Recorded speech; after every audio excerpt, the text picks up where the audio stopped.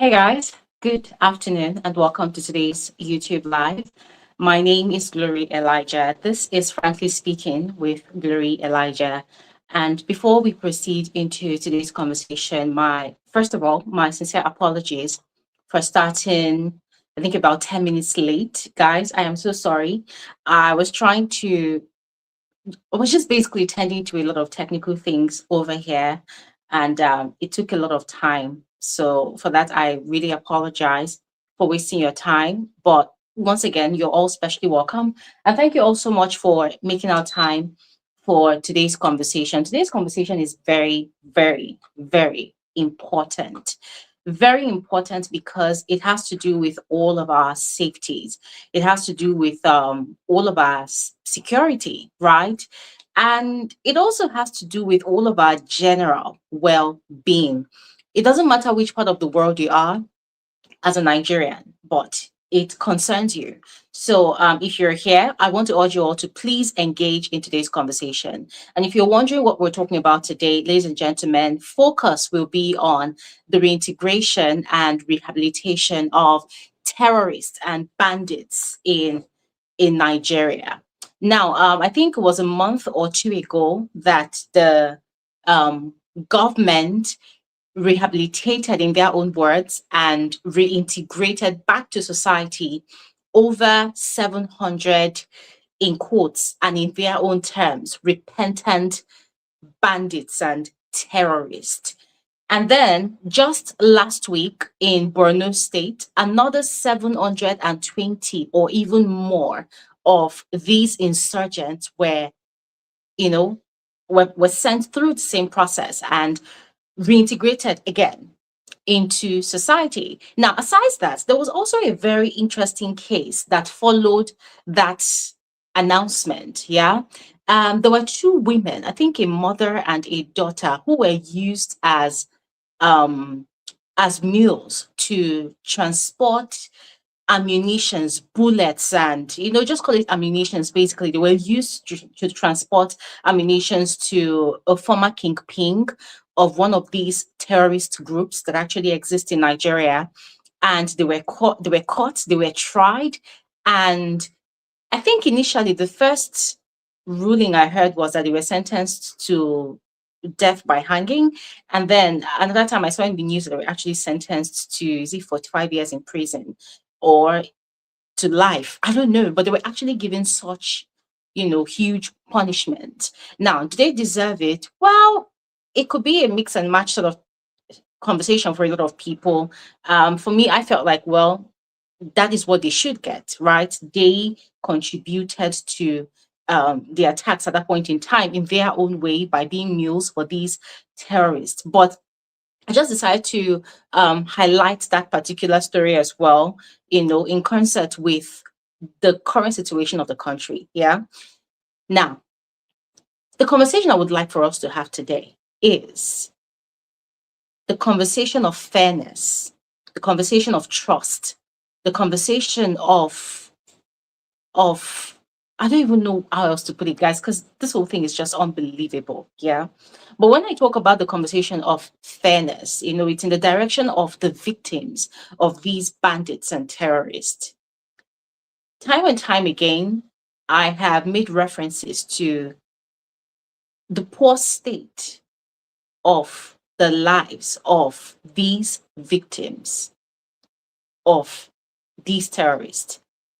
People who have lost loved ones, people who have lost their source of livelihood, people who have lost communities, people who have lost properties, people who have lost their sanity, people who have also lost their lives, right? People who have been blown into pieces, people who have been massacred, people who have been butchered. Where is the fairness to them? If they are lying tens and thousands of feet below the ground, if they are dead, if they are unalive, if their lives, that's the loved ones that they left behind, if their lives are in shambles, if they are clueless as to what to do next, if they are still living in fear and panic, if a lot of them are still going through the mental torture based off the trauma of what they went through in the hands of these terrorists and bandits and kidnappers. These people who are still living in that trauma, who we don't even think will ever come out of it. Yeah. Where is the fairness to them that they are having to deal with all of this whilst our government is pampering? Because as far as I'm concerned, that is what it is. Whilst our government is pampering the perpetrators, where is the fairness? And Nigerians are quiet about it. The first batch was reintegrated to society, over 700 of them, and Nigerians are quiet. The second batch was released last week, and Nigerians are still quiet. And you know what I find interesting about this whole thing? It's the fact that the Borno State governor especially said that these terrorists have sworn by the Holy Quran that they will never go back to their old ways again. So, because they have sworn by the Quran, they trust their words. They believe that, yes, for a fact, they will never go back to their old ways. And not to question anybody's religion or anything, but it births a lot of questions in my head. Like, hold on a second. What makes the Borno State governor think that these people even respect their holy book? What makes him think that these people even respect their holy prophet? What makes him think that they're actually telling the truth? But to be very honest, I honestly, I don't even see any form of honesty in all of that. For me, I'm more particular about, firstly, the fairness to the victims. Because what that clearly means is that Nigeria has become a place where life does not mean anything to the government. There is no justice for victims of terrorism. There's no justice for them. This government does not respect human life. I don't even want to talk about properties and all, but just human life. Life that these bandits, these terrorists did not give to Nigerians. They take it however way they like. They take it in the most brutal manners. They snatch it. They cut it off. They hunt people down. They burn people's houses. They do whatever they like with human life. They do whatever they deem fit, whatever sort of ideology they are running with, whatever claims that they have, or whatever lies that they live by, that, oh, they're supposed to own certain lands and whatnot. They do whatever they like. These people relish their acts. They enjoy it. Why? Because there are videos that they upload to the internet to prove that they are unapologetic about what they do. They enjoy it. They are fearless. They have audacity. They brag in their videos that there is nothing the government can do. They brag. They beat their chest. They bring money that they collect from kidnapped victims, their victims. They flaunt it in videos, which they post to social media. They flaunt these monies, raw cash. They flaunt it there. They play music. They hold their rifles. They display their ammunitions. They display the military uniforms that they got, however way they got it. They display it. They disrespect the Nigerian military uniforms. They wear it. Sometimes they tear it. They burn it. They burn the Nigerian flag. They showcase their might. They flaunt their vehicles, the bikes that they use. They flaunt it. They dare the government to come for them, that they are ready for the government. They do whatever they like. On some of their videos as well, they butcher human beings, Nigerians who had a life before. They display them on camera. They torture them with sticks. They beat them up brutally. They step on their necks. They step on their eyes. They march down their heads. They use the butt of their rifles to hammer their heads, to break their bones. They use their knives, every single weapon that they have. They use it to torture innocent Nigerians. All of these things, they record as they do it. And then they upload it to the internet for everybody to see, for the world to see. They live in aren't like blatant impunity and immunity, of course. What am I saying? They live as though they are in charge of Nigeria. They do whatever they like. They burn people's houses. They do whatever they like. And then when the government arrests them, as they claim they do sometimes, because as far as I'm concerned, I think there's just a lot of complicity going on there. They claim they arrest them, whatever they say they do, I don't know. But let's say they arrest them. They now claim that they take them through a form of rehabilitation. What is that form of rehabilitation? They check the ones who have killed, this number of people. They check they separate them according to their crimes, which is very, in my opinion, stupid, dumb, ridiculous. Because how do you quantify the gravity of these people's crimes?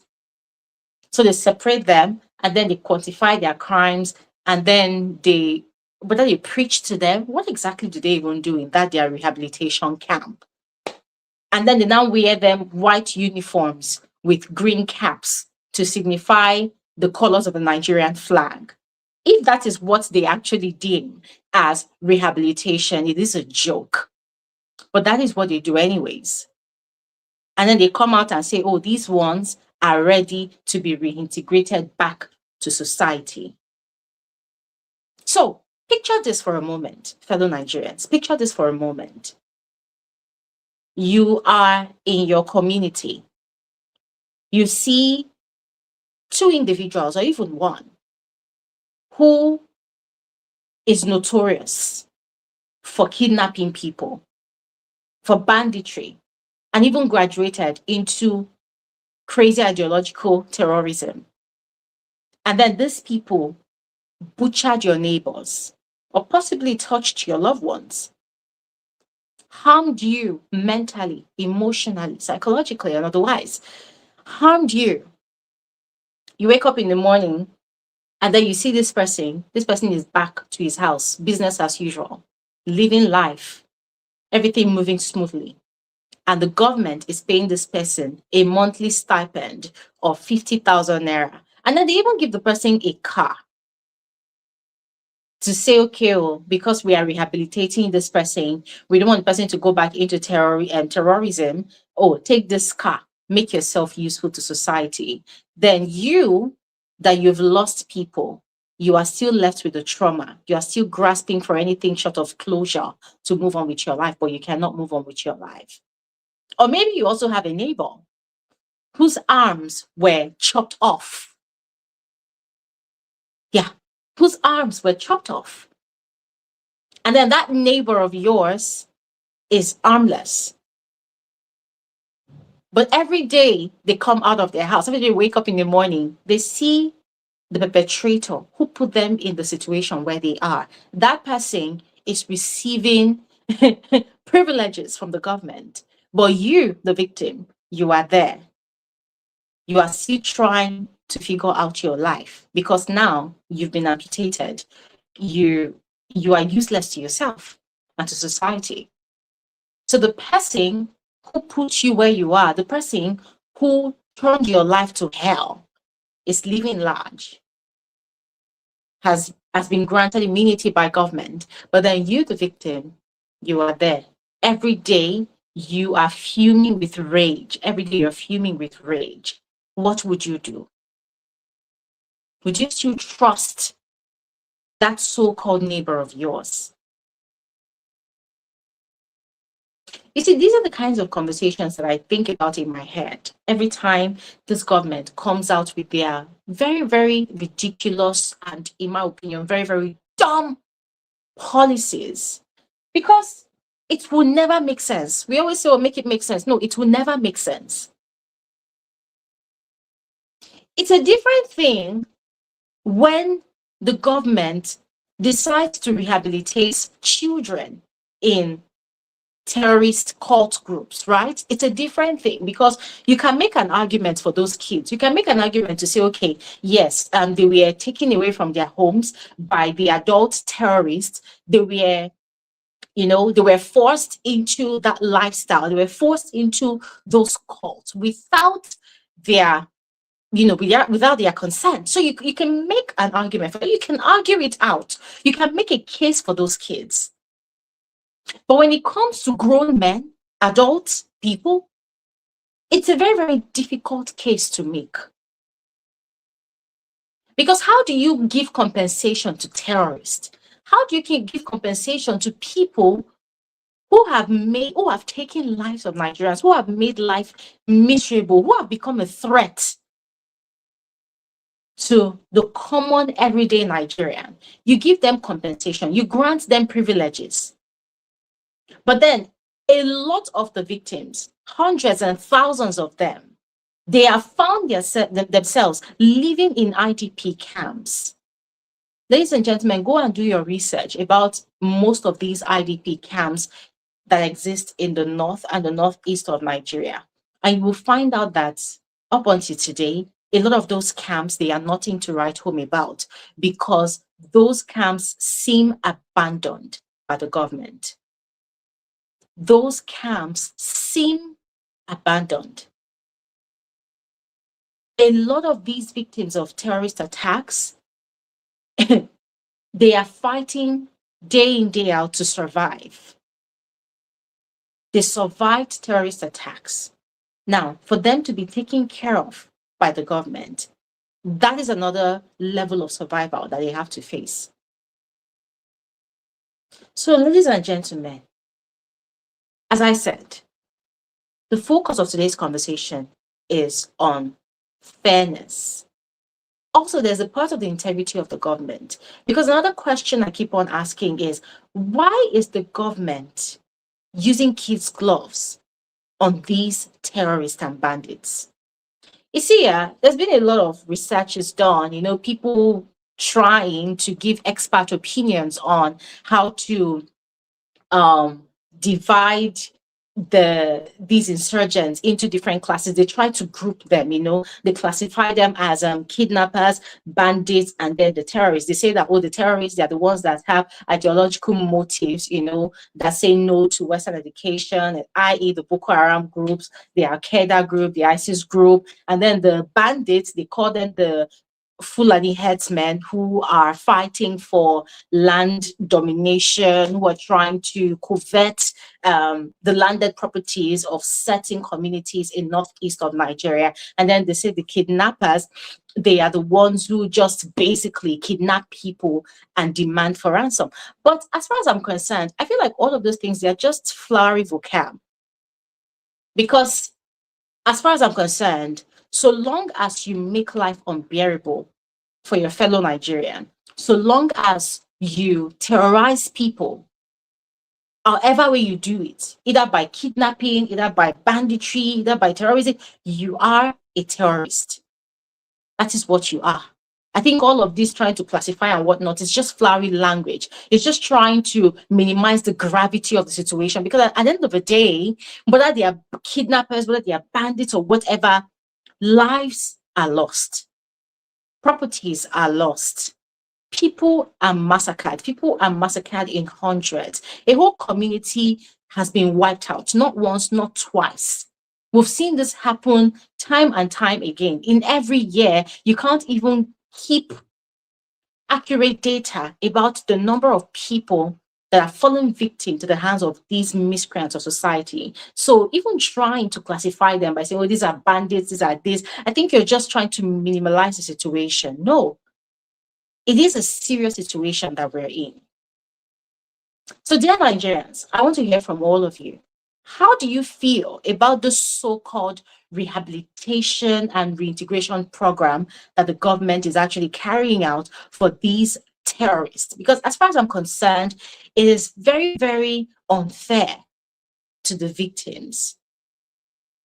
The one thing that these victims want, that they desire, aside getting their lives together, is to at least see the justice system work in their favor, that the people who claimed their lives and the lives of their loved ones, the people who destroyed their lives, who destroyed their peace and sanity, that at least they are brought to book, that at least they also get what they deserve. As far as I'm concerned, terrorists should also die the way they killed their victims. As far as I'm concerned, terrorists do not deserve a second chance. Did they give their victims a second chance? No. Did they give their victims an option or a choice to live or die? No. They snatched the lives of their victims. They brutally destroyed the lives of their victims. So why should the government think that it is smart to give a second chance to these terrorists? How is the government so sure that these terrorists are not coming back to society so that they can gather more information to go back and do even worse than what they did before?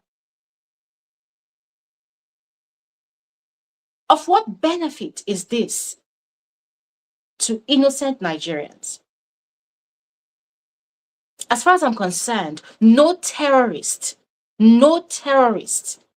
with the exception of those babies who know nothing, who are forced into that life. As I said before, we can have a conversation about that one. But you see, these adult terrorists, as far as I'm concerned, what they dish out to their victims, they should also die by that same measure. Because as far as I'm concerned, that is completely unfair to their victims. But that is just my opinion. I would like to hear from all of you. So let's have this conversation. If you have anything to share, contribute, please go ahead and click in the link in the comment section. I would love to hear from you. So please go ahead and click in the link. Let's have a conversation. Mabutho, thank you so much for your gift. I really appreciate your gift. Thank you so much, my sister. Yes, ladies and gentlemen, I would love to hear from all of you. So the link is in the comment section. If you would love to be a part of this conversation, click on the link in the comment section. Let's talk.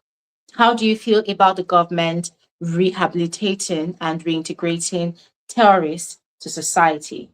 Are you in agreement with it? Do you think that that is the right move? Why do you think the government is not cracking down on these terrorists? Do you think the government is doing the right thing by giving these terrorists a soft back to society? Mr. James, you're welcome to the conversation. It's good to have you here. Thank you very much. Can you hear me? Yes, sir. You're welcome. The floor is yours, please. Good. Yes, I've been listening to you attentively. There are certain things I feel you are not getting right. I'm not here to criticize you. We want to share opinions, so I'm not a critic. Yeah. And I'm sure with your level of maturity, I believe you know that criticisms and confrontation are not the same. Yes, sir. Carry on. Good. Now, these boys we call terrorists, in my opinion, this is my personal opinion. Please kindly prove me wrong if I'm open to criticisms. Yeah. In my opinion, they are very innocent. The measures we are taking against them is too harsh. For this reason, somebody employed them to do certain work for them. If you have some knowledge of law, there's what they call vicarious responsibility. A principal cannot exonerate himself from the action of his agent. If you employ me to do certain work for you, maybe on this platform or anywhere, if I run into problems, it is you who will bear the responsibility, not me, your agent. These boys were employed by certain people to do certain things. Why are we not concentrating on the people who employed them?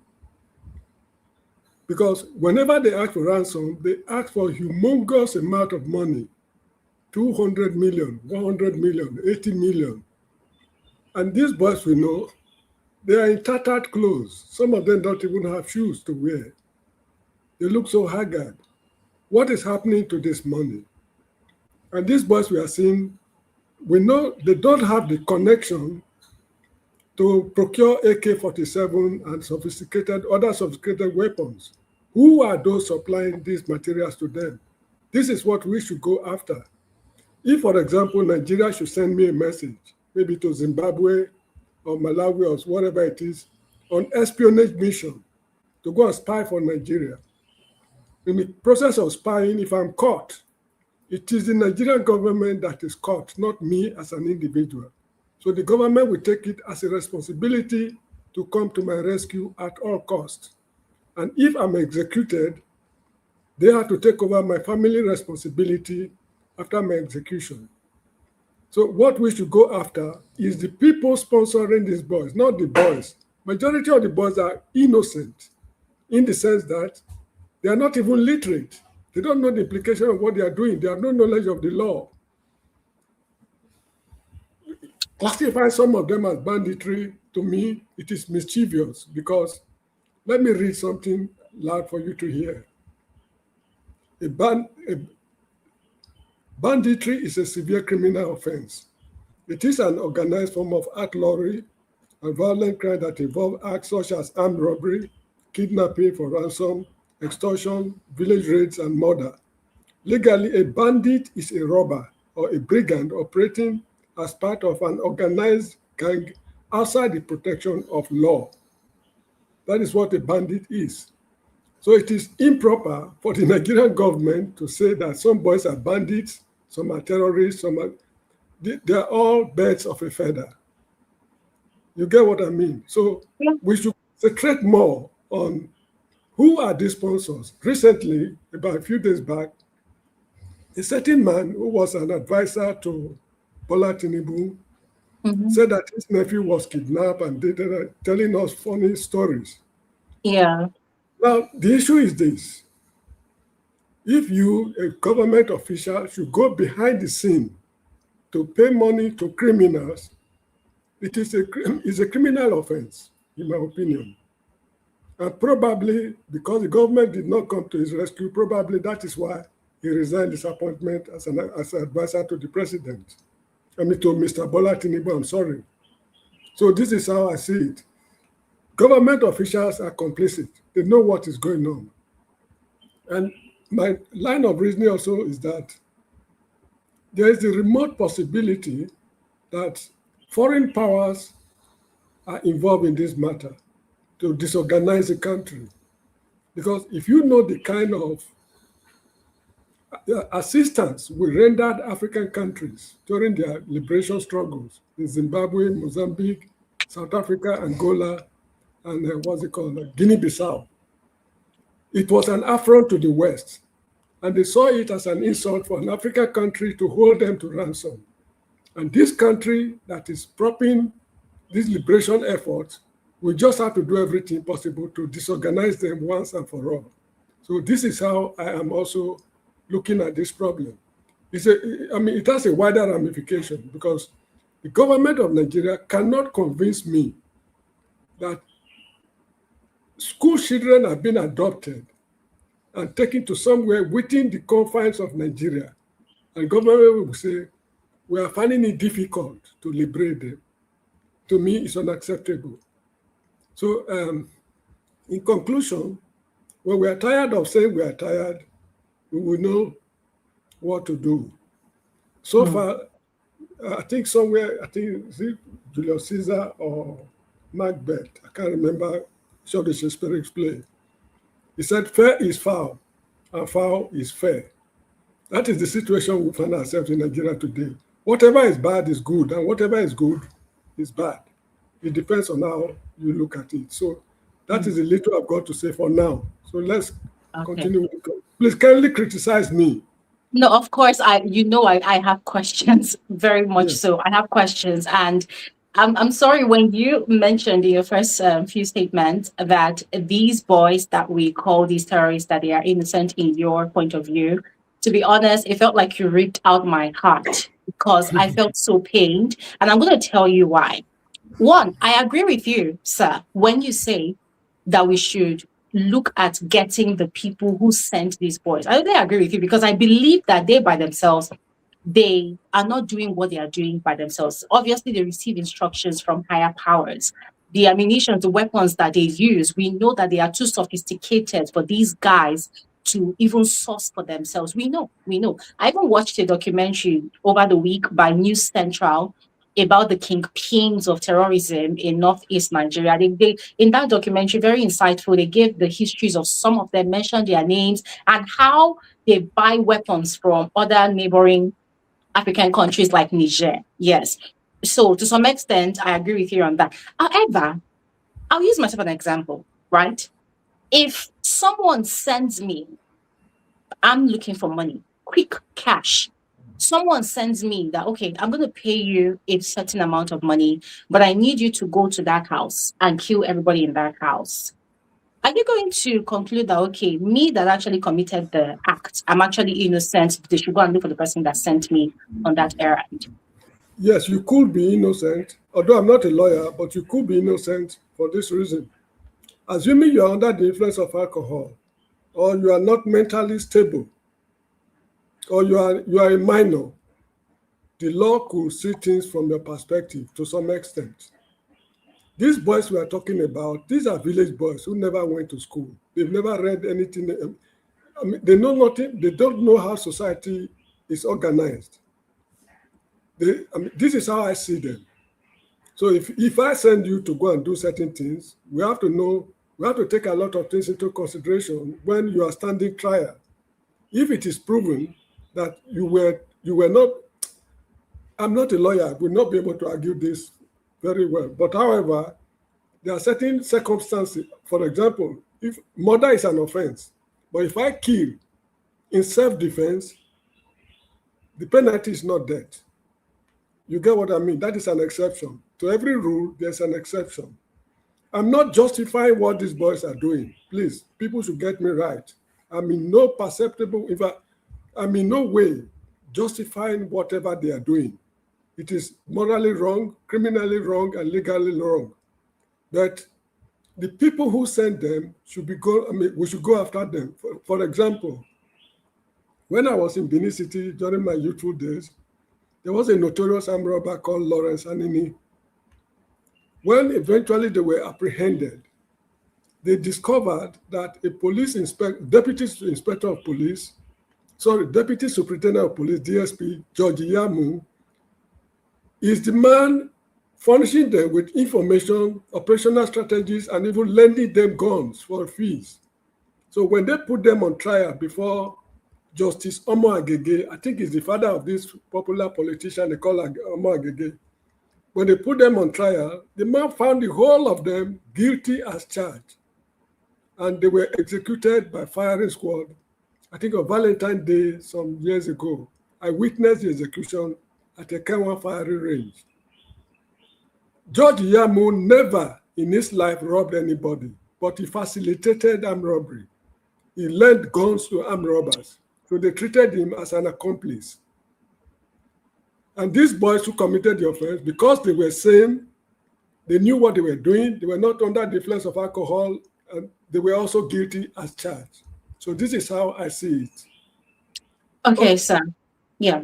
So you see, the reason why I honestly do not agree with your perspective, though it's yours, is that this is a very, very sensitive situation. It goes beyond even imagining how these boys do what they do. I do not want to give them that excuse of they are village boys, they are not educated, they are illiterate. These people, they know how to use social media.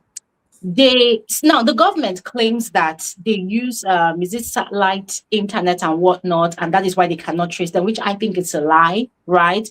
But if that is the case, how do you now think that they actually are able to work their way around this, and how to use social media, and how to make these videos, edit these videos, create this content, except they have a social media teacher, somebody that teaches them, but they know how to use these things, right? And then they make these videos. And when you see these videos, they are not drunk. Now, if we now say that, okay, fine, they probably are not in their right frame of mind, it also means that they also probably could be abusing drugs to give themselves that morale, which I do not want to believe is what they do all the time. But we're talking about people that are repeat offenders, people who relish the act, people who do it and they enjoy it and they brag about it in their social media posts. I mean, recently they came online and they did giveaways of over 50 million naira. Now, that is another angle to it, because you remember you mentioned that the amounts that they even charge for ransom, they are so humongous. And it makes you wonder what they want to do with the money. So it also makes you wonder, like, if they are getting these ransoms for someone, how is it that these people are able to do giveaways to people on TikTok, and they gave away over 15 million naira that very day? That's another angle to it, because I don't want us to minimize the situation. I do not want us to make those kind of excuses, because if you say that they are village boys, they wear rags and whatnot, but these boys are repeat offenders.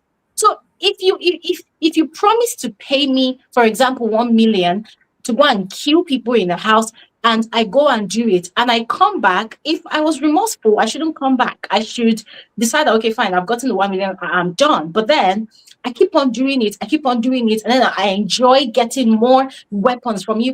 Can you please make it make sense, sir? Because honestly, I kind of don't really agree with you. I mean, I agree when you say that, of course, they definitely do receive instructions from higher powers. I agree with you 100%, because I do not think all of those sophisticated weapons by themselves, they can purchase them or move them around the country. Yes.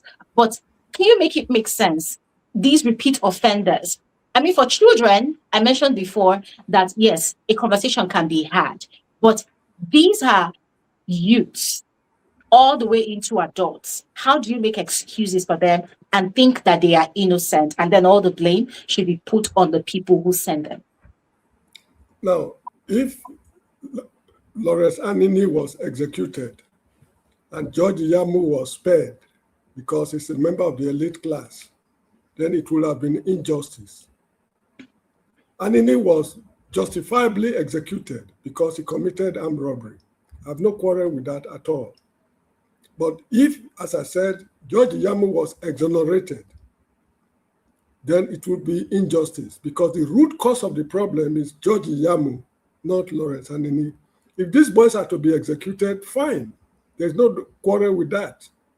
But a situation whereby, because one is a well-placed elite in society, and these boys are riffraffs, to me it is injustice. The whole of them should face the firing squad, if that is the penalty for the offense. This is the root. I mean, this is the point I'm driving at. Or no, that's number one. Then number two, this issue of what's it called? Repentant terrorist. A terrorist cannot be repentant. Absolutely. And in law, there's always a punishment for any offense recognized by law. If an offense is not recognized in law, there can be no offense. There can be no punishment. If, for example, anyway, you know what I mean. If Yes. an offense has not been defined in law, that offense that has not been defined cannot be punished by law. Good. Now, these boys are committing atrocities that has been defined by law. They should be punished. So the issue of repentant, whatever it is, should not arise. The only way they can avoid being punished is, one, they must be found guilty, first of all. Then the state governor or the president of the republic can invoke their prerogative of mercy to say, for X, Y, Z reasons, we are setting the judgment aside. And this must be acceptable to members of the public. But it's a situation whereby they wreak irreparable havoc on people. And at the same time, you are telling them, go and join the military. On what basis? Why should they be in the military in the first place? This is why the military is finding it impossible to fight the war. So I'm Exactly. suggesting, therefore, that the Nigerian military and the police should be disbanded. They should scrap everything about the Nigerian police and the Nigerian military and set up a new organization to take over their roles, because these two institutions have been badly infiltrated. There's Yeah. absolutely nothing they will do that will not leak. Mm-hmm. So the institutions are already rotting beyond redemption. They should be disbanded, scrapped. All their members should be paid their gratuities and asked to go home. We set up a new defense organization to look after the country. This is how I see it. Yes. might be One wrong. final question, sir, before you Yeah. go. One final question.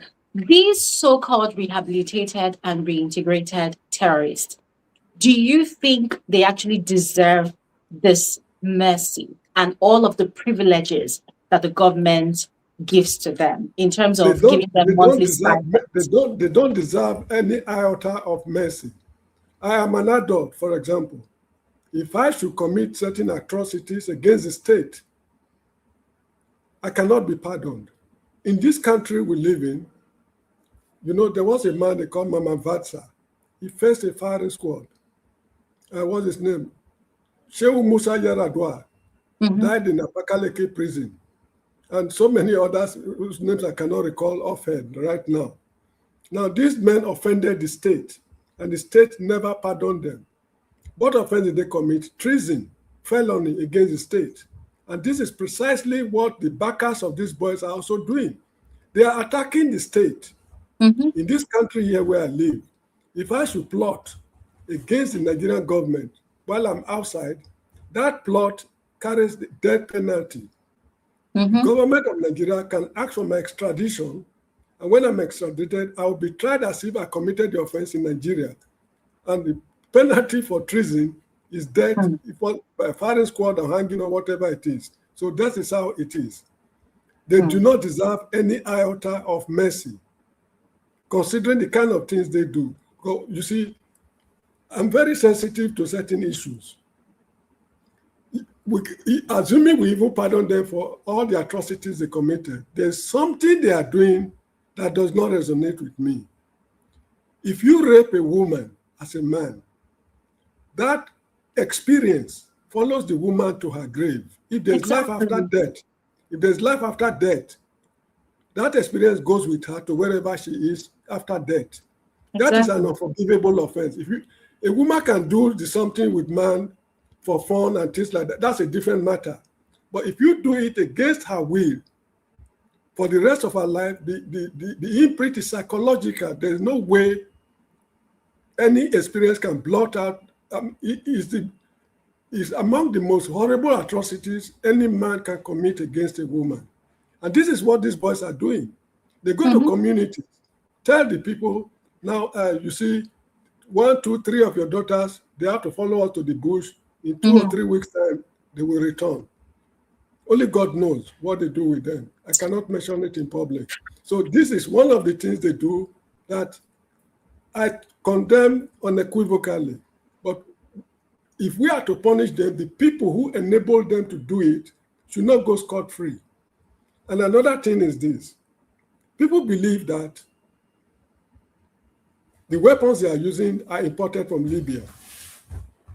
Gaddafi's Libya collapsed. That is why the weapons are pouring into Nigeria. I radically disagree for this reason. On the eastern side of Libya, you have Republic of Egypt. The weapons did not go there. On the western side, you have Algeria. The weapons did not go there. Southwestern part, you have Tunisia. The weapons did not go there. You have borders with Sudan. The weapons did not go there. Why Nigeria? In the whole of West Africa, 16 or so countries in West Africa, why Nigeria alone? This shows that they are getting these weapons from a completely different source. I remember when there was uprising in the Niger Delta, it was discovered that the guns they were using were got from the Nigerian armory. The guns they were using. Now, it is not true that these weapons are imported from outside. They are sourced locally. And again, because I mentioned Niger Delta, let me clarify something. The Niger Delta militants, they were fighting for something. One, resource control. Two, environmental degradation. And three, the injustices that have been done to them. They did not take their war to Igbo land or Yoruba land or other parts of the country or northern Nigeria. They were sorting things among themselves there. And the amnesty program that was granted them was open to the whole country to see. They Yes. announced it at federal level, not at Yes. community or state level or local government level. It was open. The terms and conditions and everything were spelled out for the whole country to see before they put down their weapons. So there's no basis for comparing Niger Delta militants with these hoodlums in the north. And lastly, when this problem started, when the Ogbomoso, what's it called, students were adopted, and they are still in captivity, the Yorubas took it upon themselves to stage something like a nationwide demonstration in Port Harcourt, in Enugu, I think Asaba, Benin, Kano. It was nationwide because from the look of things, their leaders of thought are not implicated. They are not part of the whole show. Maybe one or two of them could be, I don't know. But since this problem started in the north, what are the northern elders doing? The Northern Elders Forum, Arewa Consultative something, what's it called, the Caliphate in Sokoto, they are all remaining silent for how many years? When thousands of people have been killed extrajudicially. They are all remaining quiet. So there's more to this problem that we are seeing. We've got a very long way to go. We've got very many rivers to cross. Only time will tell if we will ever see the promised land, let alone getting there as a people. Absolutely. Thank you so much, Mr. James. Thank you so much. Always a pleasure having conversations with you. Thank you. All right, guys. We did not. Sorry, what did you say, sir? Did you say something, sir? No, okay. I said I thank you very much for the mature discussions we had because we did not trade insults. Thank you so much. No. We never trade insults here. But thank you. Thank you so much, sir. Yes. To everybody listening, if you want to join the conversation, you want to contribute, you want to vocalize your contribution, there's a link in the comment section. Click on it and I'll bring you on the stage. All right. We have David here. David, you are welcome. Hi, Gloria. Thanks for having me. Welcome. Nice to have you here. Welcome. Yeah, it was good to hear your conversation with James, Mr. James. It's a great one. This topic is open and short topic. I mean, I don't think anyone in their right mind will say that you should forgive and reintegrate. I mean, by the way, the word, I don't think you should use the reintegration of terrorists should not be used to, that word should not be used in that. It should not even exist with that sentence. That's what I'm saying, right? You can't reintegrate someone. I mean, if you are in a relationship with someone and the person annoys you and the person says, I'm sorry, right? They apologize, right? You do know that. You don't know if they're really sorry or not. You don't know that. I'm just talking of one-on-one now. So how much more this blanket just forgive everyone when they were killing people? Now, the international laws on the international laws on when terrorists recruit children to carry out terrorist activities is different, right? There's the children are considered victims themselves if you recruit them in that situation, but they're children, they are minors, right? But it should never be that you catch someone and then someone who killed people, went on rampage. Like, let me use what Mr. James was saying about GRAPE, and then even the times when they give them ammunitions and say, hey, go to this village, get this thing. They don't tell them to also do those other activities, right? Exactly. So it's very hard for me to come. No one can talk me. I'm sorry, but no one can talk me into a kind of reintegration. So, by the way, there are two different words, right? One thing is to forgive, another thing is to reintegrate them. One of the most annoying reintegration that I've seen is They will now tell them to join the military. How do you Yeah. do? How do you even do that? Okay, so the book, The Art of War by Sun Tzu, right? One of the chapters talks about double spies. Double spies. So warfare, in guerrilla warfare, using counter spies and double spies is something that people do all the time. War in itself is deception, right? So you deceive your opponent. If you're close by, you tell them, you make them feel that you're far away.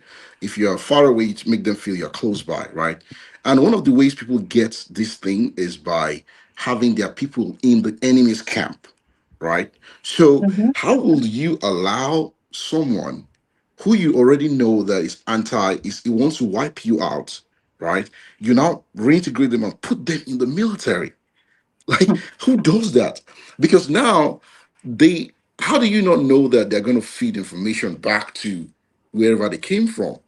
Exactly. The general who could have survived, right? He ran away and he cried for help, but his message was intercepted, right, by these people, right? So they got to him before his own people got to him, and that's because there's double spies, right? You can't.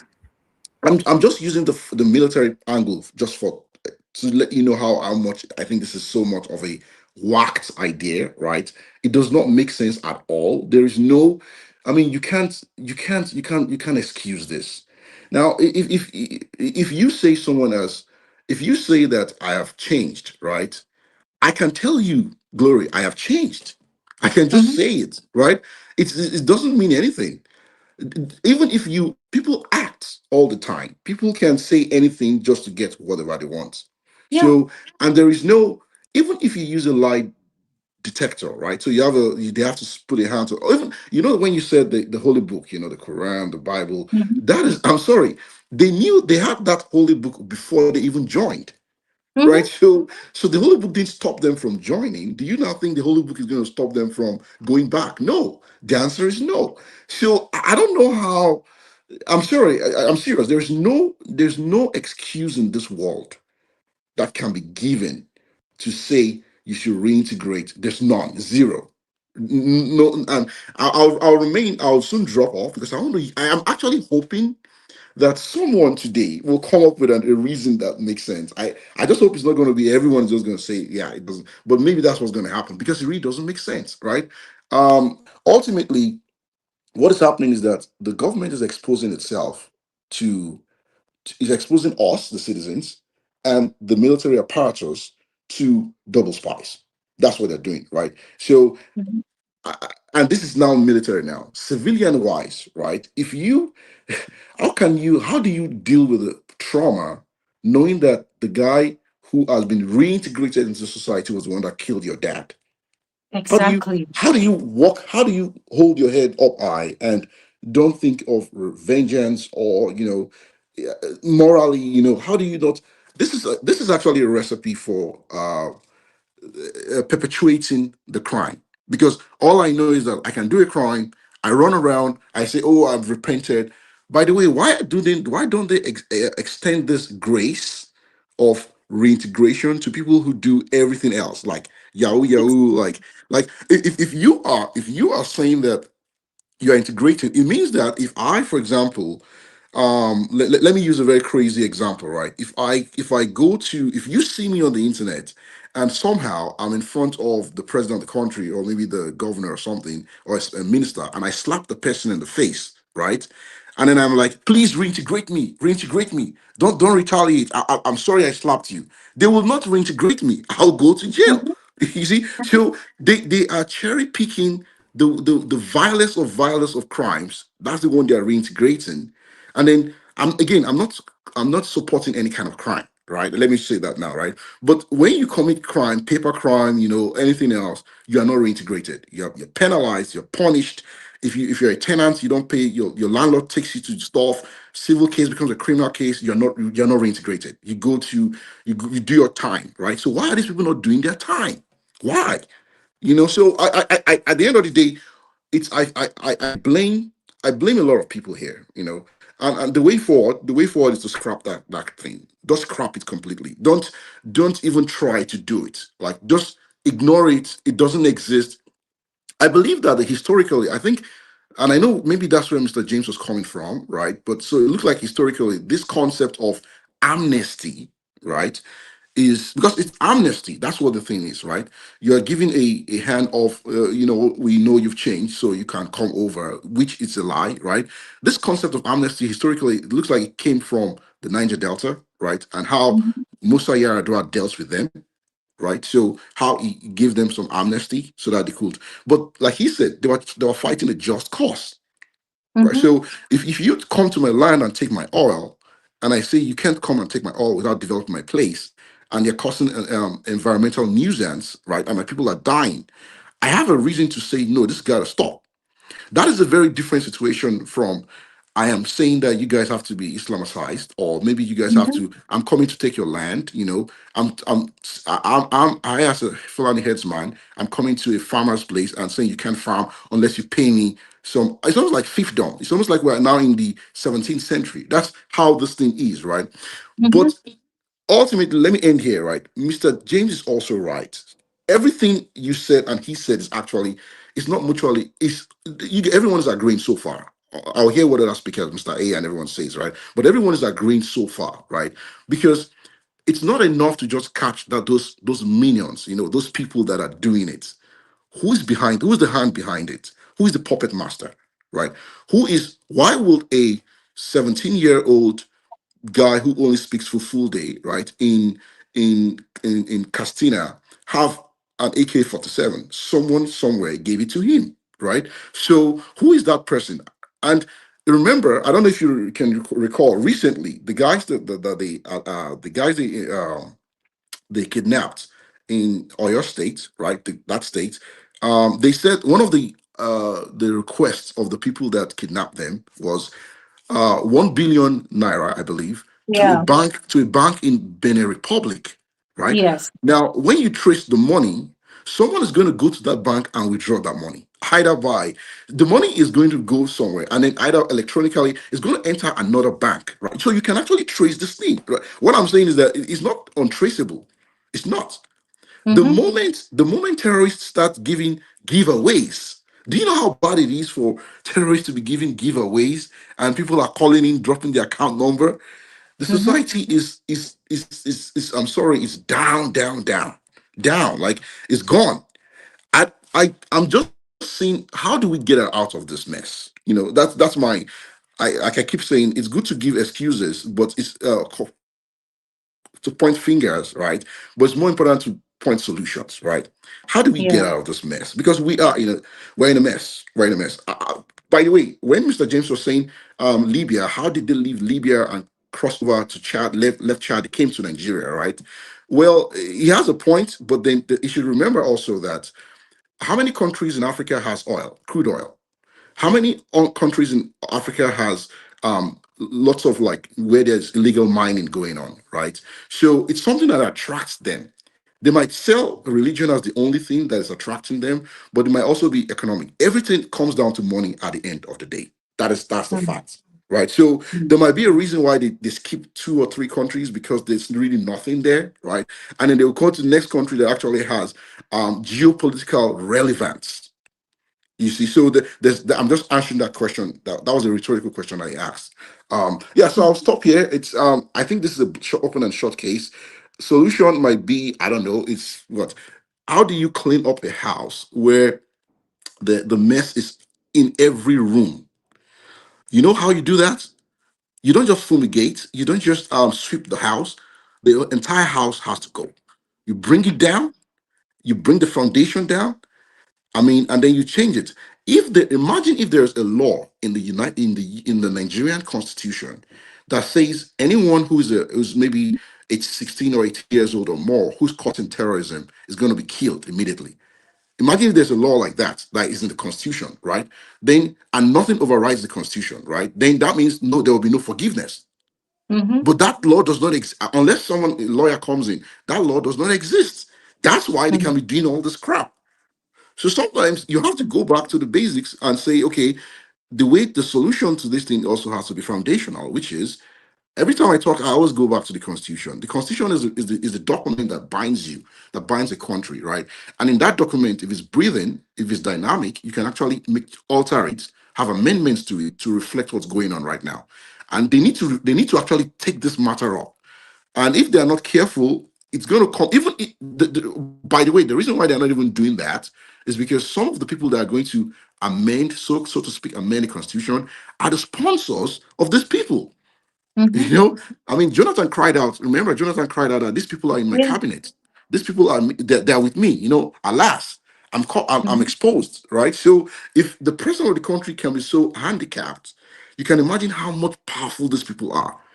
Mm-hmm. I don't want to sound like they cannot be defeated, but there's a difference between you as a surgeon, if you're a doctor as a surgeon, if you're operating on a tumor that is in one part of the body, it's very different from if you're operating, if a patient has a stage 4 and there's metastasis.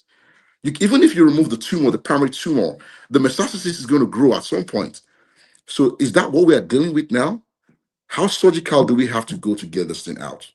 Let me just keep quiet. Thank you so much, David. As you were speaking, I was just asking a lot of questions in my which I'm going to pose to you now. Please help me out here. So, the government has claimed on a number of occasions that, in fact, they've insinuated that these people are completely untraceable. But then, every time they release a new video, I'm not a tech genius, but Mhm. help me out. Every time there's a new video released, I mean, even yesterday there was a new video of one of the school principals from Oyo State that was kidnapped alongside Yeah, the 43 kids. She was still begging that they should please come and rescue them. They should meet the demands of the terrorists and whatnot. There's a new video released, right? mhm. But the government still claims that they cannot trace these people.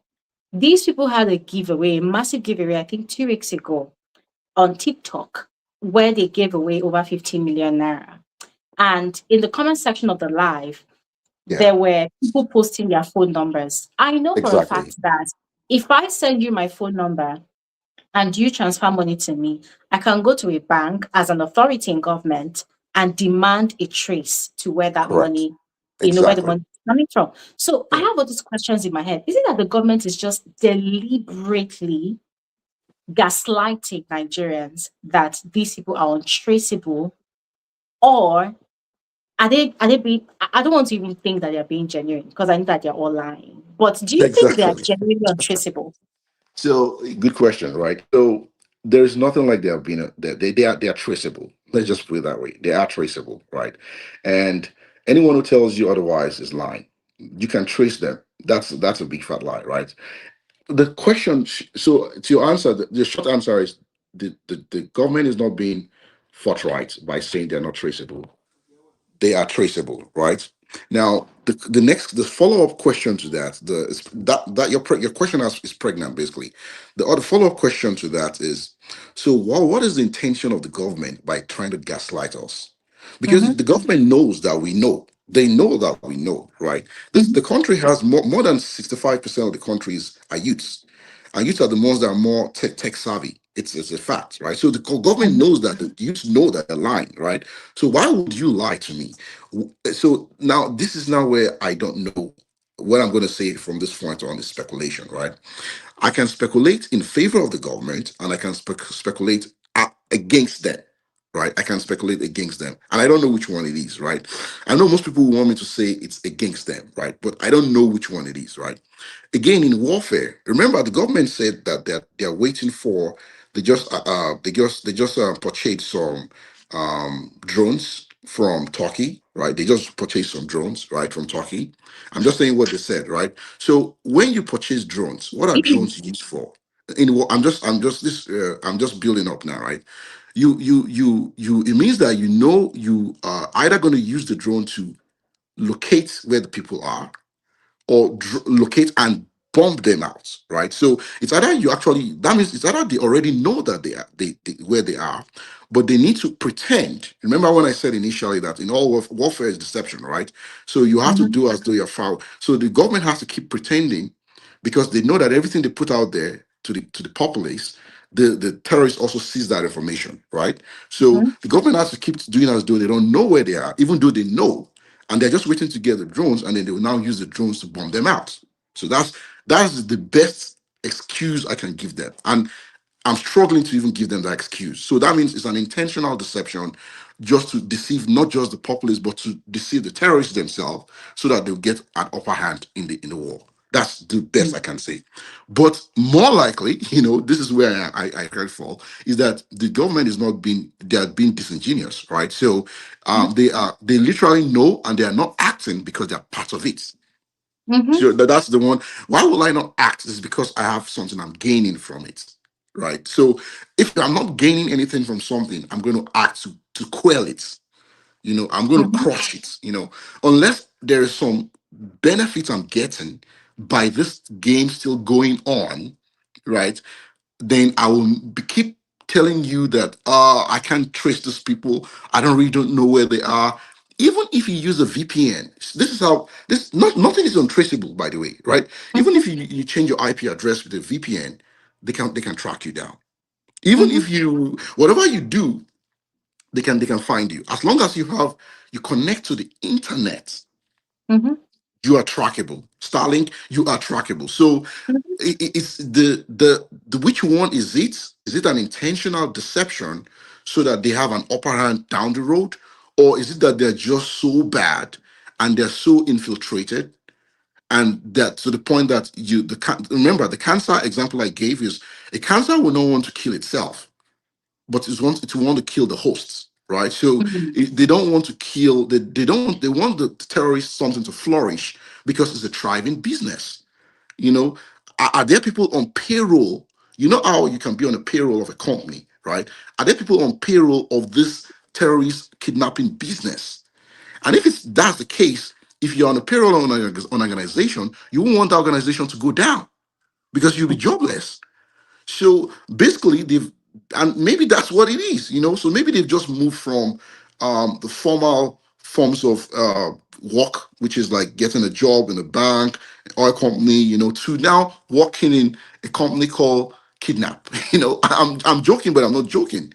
So it's crazy. It's crazy. So I personally think that it's a lie for them to say that they don't know where they are. They know where they are. And I think they are not being forthright to why. If I am to advise them, right? If I am in front of the government now, right, and I say, hey, if you want to change all this bad narrative you have, just name everyone involved in this thing openly. Openly. What are you like? Why would they not do that? Every time you hear that, even but remember, Glory, remember that when Trump said it was going to help Nigeria, right? At some point in that period in December last year, Christmas bombing and all that, there was also an issue of they were going to name names too, that the US is going to name names. They did not Mm-hmm. name it too. What is going on? How powerful are these people that they cannot be named? If you want to get the trust of people, start by naming names. But a list was already sent years ago from Dubai. Yes, a list You're was right. already sent. You know what? That list is probably obsolete now. That Huh. list, the list is now. What I'm saying is, if that list had 5 people or 10 people, right? Now that list should be 100, and maybe even more powerful people are on that list. They can give us that old list, but they should give us Mhm. an updated, up to date 2026 June 2026 list. And whose ox is God should not be. They should list if the president's name is there, it should be there. If the vice president's name is there, like who can be so powerful that you can't? Why can't they do that? You have to think about it that way, right? Like, is it the richest man? Is it Dangote? Like, who is on that list that is benefiting? Because I know I'm not on that list, and Gloria, I'm sure you're not on that list, right? So who is the person on that list? If you're on that, I'm sure no one on that list is going to call into this program. I'm very sure about Mhm. that, right? So why can they not publish that list and let the person, he or she, come and explain themselves? Are past presidents on the list? I don't know. I don't know what this is all about, right? But that's where we are. You can't make progress if you don't know the people on that list. You cannot. Hmm. You'll just be all you'll be doing is you'll be catching the minnows. You'll be trading one for one. You get some people, and then you get some other people, and they'll release them. And behind the scene, and remember, some of the things they do is one of the requests they always make is even when the ones that are arrested and are put in prison, right? The ones Mhm. outside prison, when they arrest, they'll say one of their demands is free our guys in the prison. That's Mm. so that means it's a business. You just wanted to keep going over and over and over again. And yeah, so by the way, even if you divide a country, even let's say you divide a country now, right? For people who are so fasting, oh, divide, craze, there, those people that talk like that. Even if you divide a country, let me bust the bubble of everyone. They're in every nook and cranny of this country. Every. They spread out. In fact, They spread. Glory, if you look out the window in Lekki, there where you are, if you look out the window, don't be surprised. The guy beside you, the guy walking on the road, is probably one of them. This is how They this is spread how out. They're close these people everywhere. are. So yeah, it's tough. All Thank right, so you. let me hear what everyone else is going to say. But the Yeah. short answer is no. There is no excuse whatsoever in reintegrating and bringing back people. Thank you. Thank you so much, David. Thank you.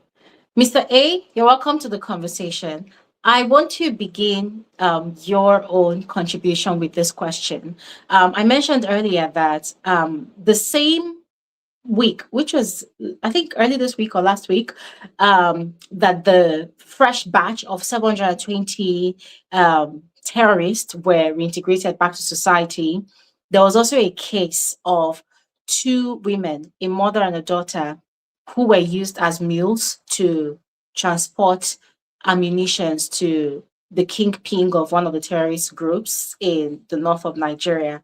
They were taken to court and they were given. Initially, the news was they were sentenced to death by hanging, and then another news I heard was that they were sentenced to either life or is it 45 years? I think 45 years to life imprisonment. Yeah. Now compare their situation to these terrorists who are actual perpetrators of these acts of terrorism being given a second chance and giving the grace to come back to society. Compare these two cases. How do you feel about it as a Nigerian?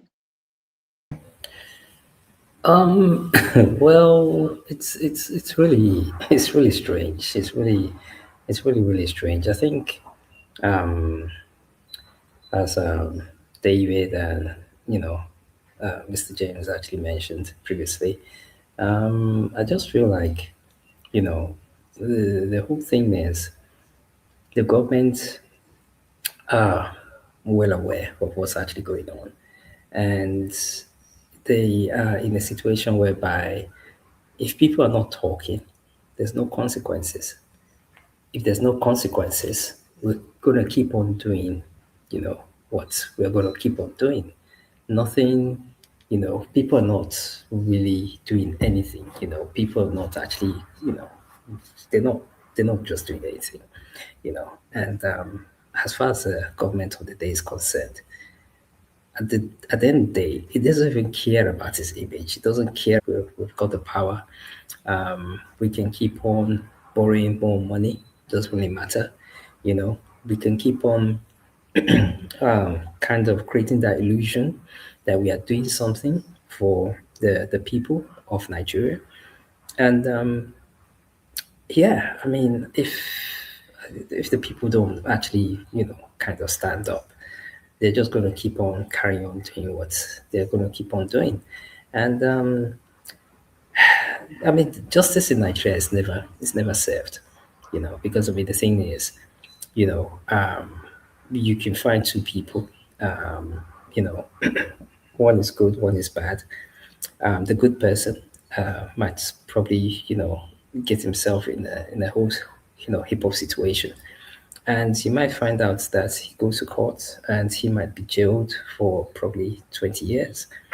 And then, you find a bad person who they know that he's actually done something, but because he's actually got the money or the connection, or the network, that person is just going to get away, blatantly, without you know, closing the eye. So, um, as you, I mean, going back to your question, it's not right.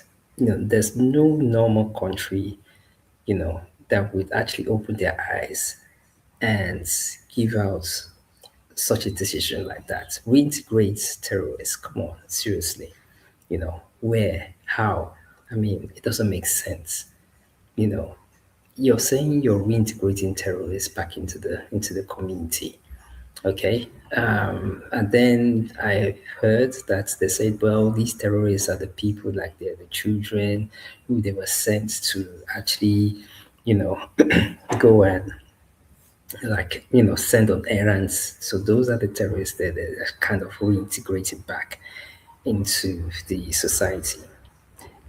Um, how can you pick and choose who and who, what crime one person has done against another? How do you mention out? Is it the person who you're reintegrating would actually tell you as a person and said, oh no, sorry, I was only just being sent as an errand.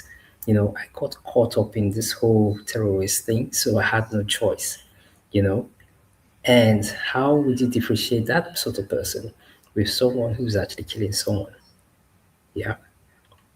So is it by word of mouth? Is it the person actually telling you that, oh, no government would actually believe that because you feel, oh yeah, we're doing some sort of, you know, amidst the, reintegrating people back into the whole society. So it just doesn't make sense. It just does not make sense. I think the highest, the highest people in the government of today, of this government of today, are involved in what's going on. They are 100% involved in what's actually going on in this country. And I feel like for them, they just don't care. They've seen Nigerians' reaction. Nigerians are not reacting. Nigerians are, they're vocal online, but offline, they're not really doing anything. you know. And I think in all honesty, sorry to say this, but some of these VDM protests which is going on, I just feel like sometimes it's like a distraction. I believe this is just my own personal opinion, that you see, VDM coming, and doing some protests here and there. I just feel that it's like just to distract from whatever is actually trending, whatever is actually trending of the day. And I just feel like nothing at this present point in time is currently working in this country. You know, Mm. I just feel like, where do you really start from? And I I was having a conversation with a friend of mine, and I actually said that, in all honesty, if 2027, we because remember 2027, that's when everybody is going to be out to vote. So there's no excuse for anybody at all. Yeah, everybody's going to be out on the streets or whatever, you know. And we know that's what's going to happen. Yeah, we know that even though we come out, in masses, we turn up, we vote for whoever our candidates are, and our candidates probably wins. We know what's actually going to happen. But my own word of saying is, since we are probably going to be on the streets at that point in time, we need to do something. Everybody, because everybody is actually all turned up to vote. So everybody will be on, in mass to actually do something. Yeah. If we don't do anything at that point in time, in all honesty, and they pass this present government as the winners of 2027, let me just tell you this: Nigeria is gone. You know, Nigeria is Mm. gone. So You know, I have a question for you, Mr. A. Yeah. yeah, I'm looking at this whole terrorist reintegration thingy from another angle. yeah, Time and time again, we've made statements, which I believe is very true, that we lead a very, very biased system in Nigeria. What do I mean? There are certain things that will happen in this country, in certain regions, and the entire military defense will be sent to that particular region. Yeah. But for others, they use kids' gloves to handle it. They make it look like, oh, they are babies who don't know anything. To put it blatantly, I was talking about the south and the north of Nigeria. Yeah. Look at what is happening today. If it turned out that these terrorist attacks started from the south and the west of Nigeria, you and I know that the military would have been bombarding the whole south and west of Nigeria by now. They would have executed a lot of people. They would have carried out so many arrests. In fact, there will be mass executions and all whatnot. But no, these terrorists, obviously, most of them are from the north, right? Different parts of the north. And listening to what the different governors, I think it was first in Gombe where they had the reintegration, and then Borno, the second reintegration. Listen to what the governors of those states said. They said the same thing, that the terrorists have sworn by the Quran that they will not go back to their old ways. The way I see it, it's like they've now made the Quran the dominant religion or the dominant book, holy book to swear by of the entire Nigeria. That so long as you commit a crime and you swear by this holy book, they are not going back to it anymore, it means of a truth you have been redeemed. You have turned a new leaf.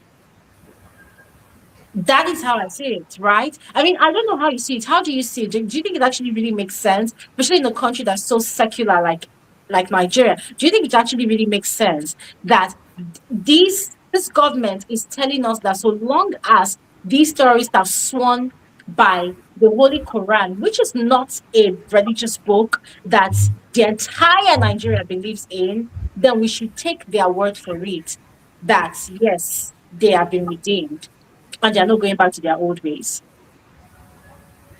I mean, in all honesty, that's so nonsensical. Yeah, I mean, it's so nonsensical to the point of, as a government, why would you even? It's like where this government is. They're like in a kindergarten school, you know. Oh, this guy said he's not going to be good anymore. He's not going to be bad anymore. Okay, we'll pardon him. No investigation, no sort of nothing, no analysis on the person. Let's just take his word for it. That's how it is. It's like they are not just interested at all, and all they're interested in is, yeah, let's, we the elites, we are happy, we will mingle with each other, let the masses just keep on suffering. It doesn't really concern us at all. I mean, take as an example, look at what happened to the Minister of Power, sisters and the children. Yeah. See how swift into action they went to actually locate those people. Doesn't that actually tell you something? Yeah. Doesn't that actually really tell you something? That the fact that it just took, it didn't even take less than, it wasn't even up to 1 week. If it wasn't even actually up to 1 week. Honestly, I don't think that whole thing was real. I think it was just staged to prove a stupid point that they are active. Well, even so, yeah. Even let's look at it like, even though it was like staged and stuff like that, at least make it a bit kind of realistic. Make it like, oh, kidnap them for 1 month or 2 months and say, oh, you know what, the elites are also going through it. But they made it look so quick to the point of the elites have got the connection, they matter the most. Yeah, so we can rescue them because they've got the money, you know. But the poor people, like, the masses, who the kids and the teachers who are actually still, kidnapped. They're still there in the forest. I mean, look at those two situations. So, even though it was like stage, I mean, seriously, the government, are they really okay upstairs? Because I don't even see them actually, saying, let's use our common sense. Let's actually make it a bit realistic. If you want to play this whole Nollywood movie within the government, let's play it, in the sense that people are actually going to believe that this is actually happening. But no, not really. Because what they're actually not telling us is, oh, they kidnap any of the elites, family members, kids, whatever, swiftly, you know, you see a movie action, whatever it is, and boom, you know, they're actually being released, because in all honesty, you see that whole dramatic effects with regards to the whole thing that happened with the Minister of Power sister and her kids. Using commando style to bash into the house and You storm just can everywhere. you just imagine? Can you just imagine? And for the very first time, we saw them use camera, to actually video the whole situation as it actually happened. And one of the kids looked Never. like he wanted to laugh. It felt like they're pinching him, don't laugh. I'm sorry, but the whole thing was ridiculous. I saw one of the boys, one of the the kids. He was looking like he wanted to laugh. It felt like somebody pinched him and said, "Oh, be serious. Stay in your action. Stay in your action." Imagine putting kids through that, like you're trying to train them into acting career. That one looked like he wanted to smile. Like, what's this nonsense going on? But the thing is, Glory, you look at this whole situation and you just have to laugh at this government because, in all honesty, the government, they are not willing to do anything about this insecurity that's currently happening at the moment. They're not looking at doing anything at all. Yeah, nothing anybody can actually come on this platform to actually tell me. Yeah, to actually tell me that, oh, the government are trying. At least, they're trying. They've brought in 1,000, whatever, forest guard people, to try and train them up to go and fight. I mean, seriously, come on. Are you for real? Are you seriously for real? All right. But as I said, eventually all these things is going to touch home. It's going to touch everybody, each and everybody. Because the thing is, even though you're an elite, what happens? The poor people eventually they get poorer, and who do they actually then look at? You know, they now look at where they actually need to get the source of income from, and who would that be? You know, Of course. Yeah. so yeah. I mean, I think we'll All be right. heading back to the 80s and the 90s, but yeah, there you go. All right. Thank you so much, Mr. A. Thank you so much No for your problem. contribution. Thank No you. problem. All All right. right. We have TD here. TD, you're welcome. Welcome to the conversation. Hi, Gary. Hello, Hi. everyone. Good morning. Oh, good You're afternoon. Good welcome. evening. You're Can you welcome. hear me? Oh, perfectly. I Yes, can you hear can. you. Okay, so yeah, so what we're talking about today, I know I joined in, but I feel like the conversation has kind of gone everywhere, just so I'm kind of focused. I don't want to just Oh, go yes. out. We're talking about the I reintegration can't hear and you, Glory. Are you saying something? Or is it just me? oh, can you hear me now? Oh, I can't hear you. What's going on? Oh, what's happening? Uh, Okay, I let's need try to again. join Can you hear again. me? Can you hear me?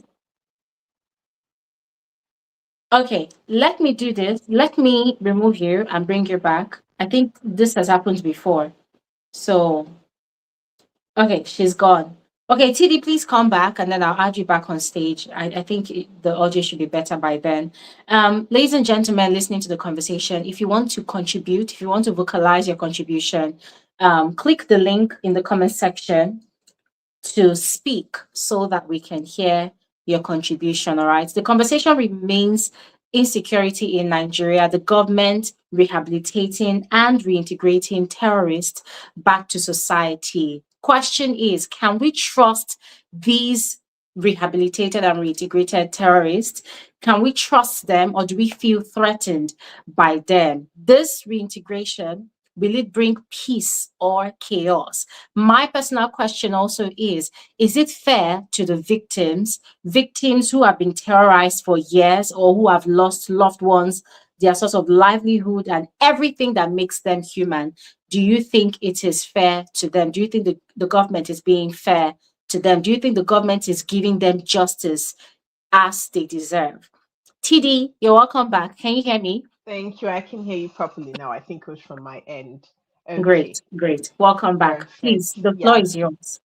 All right. And thanks for rehashing that. Thank you very much. Okay, speaking of insurgents, terrorists, I'm not gonna call them bandits, even if they deserve to be called bandits, because if we really look at it, I mean, they show themselves all the time on TikTok. These are not trained killers or trained uh, criminals. They're actually not trained criminals, which is interesting because it just feels like it's something they get into. It becomes a lifestyle, and then they Mhm, start to operate. It just feels like something that has amateur setup, right? When you look mhm, into everything, because I like to research and watch documentaries, just research around on insurgents, and they're young men, right? mhm, So you start to, so that first of all, their act is terrorist, is like terrorism, right?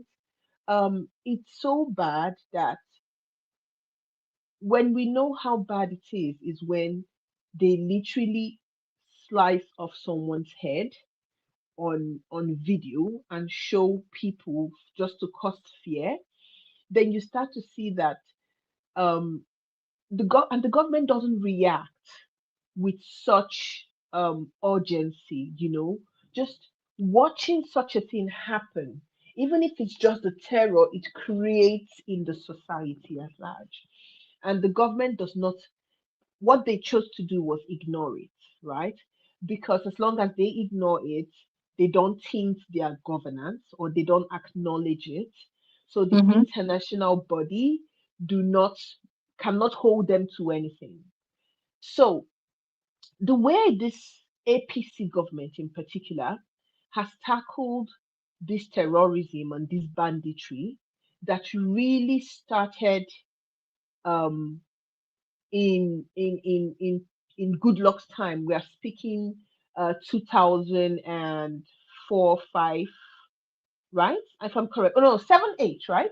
Good luck was 7, 8. If I'm correct, was it 7, 8? Was it 2015? Good luck was It was that 2014. 2015, Yeah, 2014, 2015. 2014, 2015, and a couple years before that. All right. That's when this insurgency really took off, right? Um, and not tackling it just makes me understand that the government is complicit to the whole thing, right? It started Mhm, with um the okay, so it's early enough. I like to start from where things, how I understood how this whole Boko Haram thing happened, or this insurgents, like this creeping into other states and taking over and killing people and demanding things, right? When did we start having IDP camps? Was just right after Good Luck's time. That's when we started having IDP camps. Nigeria mhm, did not used to have IDP camps. I find myself arguing with people probably younger that this was not how the country used to be not long ago, right? mhm, APC promised to, so the country, Nigeria saw when Good Luck's second tenure, Nigeria saw insurgents start to creep into places we didn't know it was going to creep into. At first, it was just a northern thing. They're attacking in the north, and then people are raising awareness, but nobody was doing the work, right? Someone spoke initially before. I don't know if it was David, but the I don't know who was speaking, but the or you said it. The North pampered the whole thing. mhm, They just they carried it like with kid glove, like nothing was happening, right? And it mhm, just kept on sipping. And eventually something happened in Abuja. I always say I grew up in Abuja, right? And then you could hear all of these things happen. Then there will be riots that would happen in places like Jos. Then what we used to hear were just riots, pockets of riots, right? And it Mm-hmm. was supposed to be religious riots, but they tend to be curtailed. We had a functioning military that could curtail things, right? Um, Yeah. I remember that I used to say back then that, oh, as a young lady then, I used to say, oh, nothing is gonna happen. Abuja as the center of the country then, or as the capital. We used to believe nothing would happen in Abuja, nothing would ever happen in Abuja, kind of because we're well protected. And then we did not, nobody just saw insurgents coming. We saw riots that were religious, but nobody saw insurgents coming. So it just started coming from Bronu, and they were pampering it. And for whatever reason they were pampering it for, it started to it seeped into Abuja, and that one attack happened.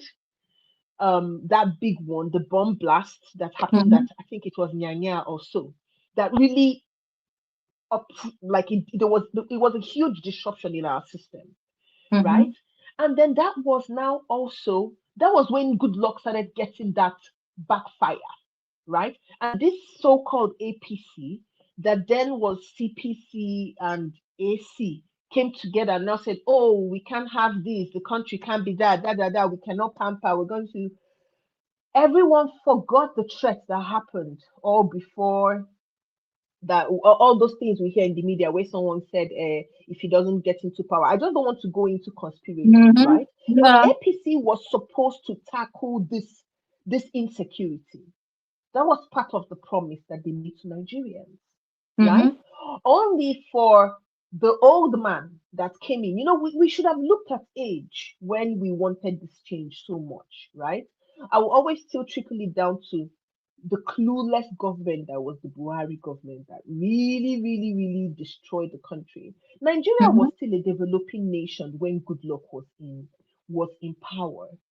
I know things are so bad and we are so damaged as Nigerians, particularly Nigerians, but we're still a developing nation when Goodluck was in power. As a young person, you could still dream.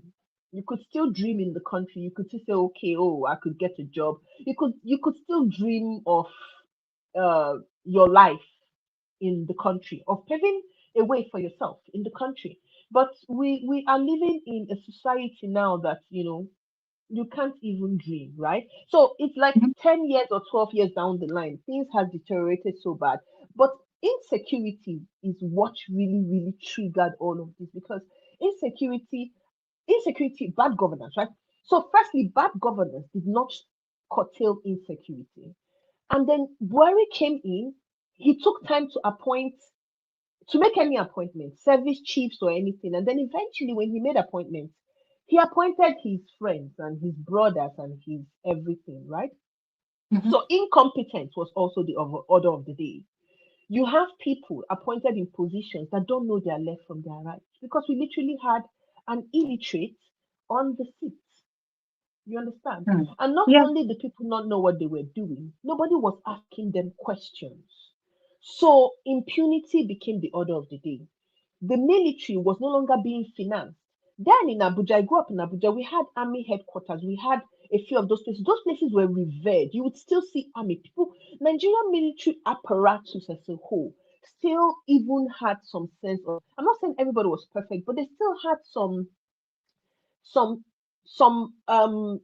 credibility to them, right? Like you could even trust it in a way.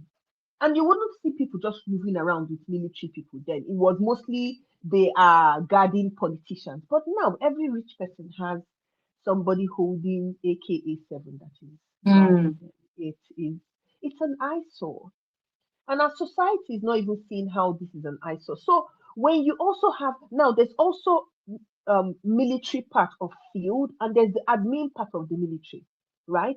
Now, when Mm. you have people that when nepotism became the order of the day, and you started having people that don't understand what is supposed to be done, sit in seats that are making decisions, then they are not recruiting the right people, both Mm-hmm. admin and field, right? Mm-hmm. Because The thing is that people need to start understanding that why Nigeria cannot fight this banditry, and you can't even imagine that this banditry is not like Al Qaeda or something, that they even have some sense, there's some intelligence. These people are operating very guerrilla, like they're operating from a very raw, like it's not, there's not much technology or intelligence embedded in the way they operate. Like they might have tools or people that deliver it to them, right?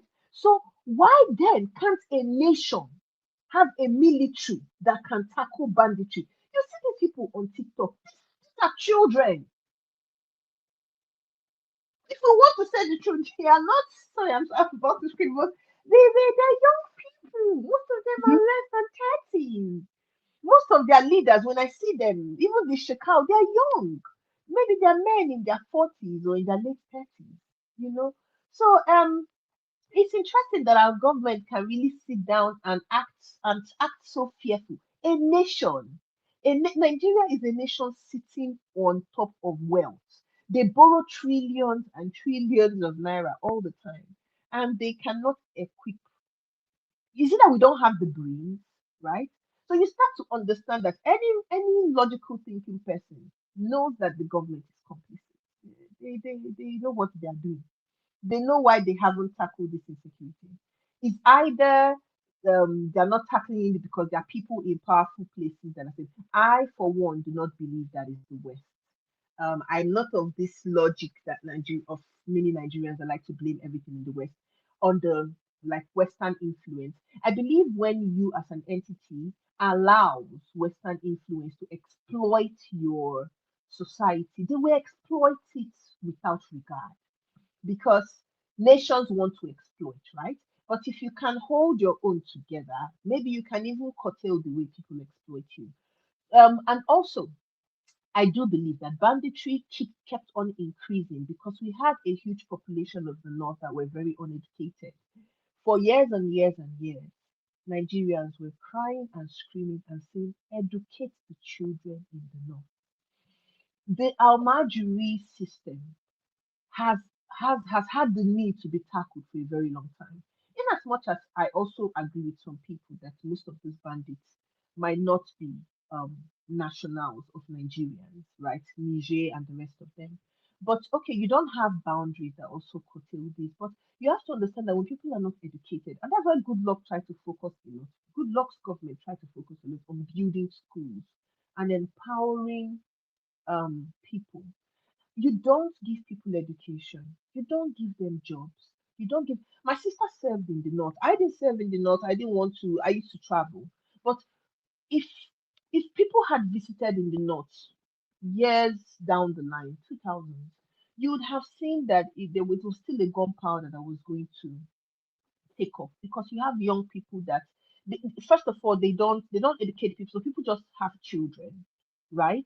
And then nobody's taking care of these children, people are not guiding these children. Some of them actually send their kids to religious houses, and there's just some setups there that needs to be worked on how minds are nurtured, improved, because it's easy for them to recruit.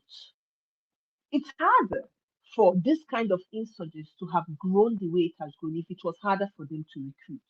But they're operating in mass because it's easier for them to recruit. These people that have nothing to eat see a community, see where they can get money, they will join the community, and they're not educated. So it's what they hear that they will take, right? So Nigeria, the North, partly to be blamed.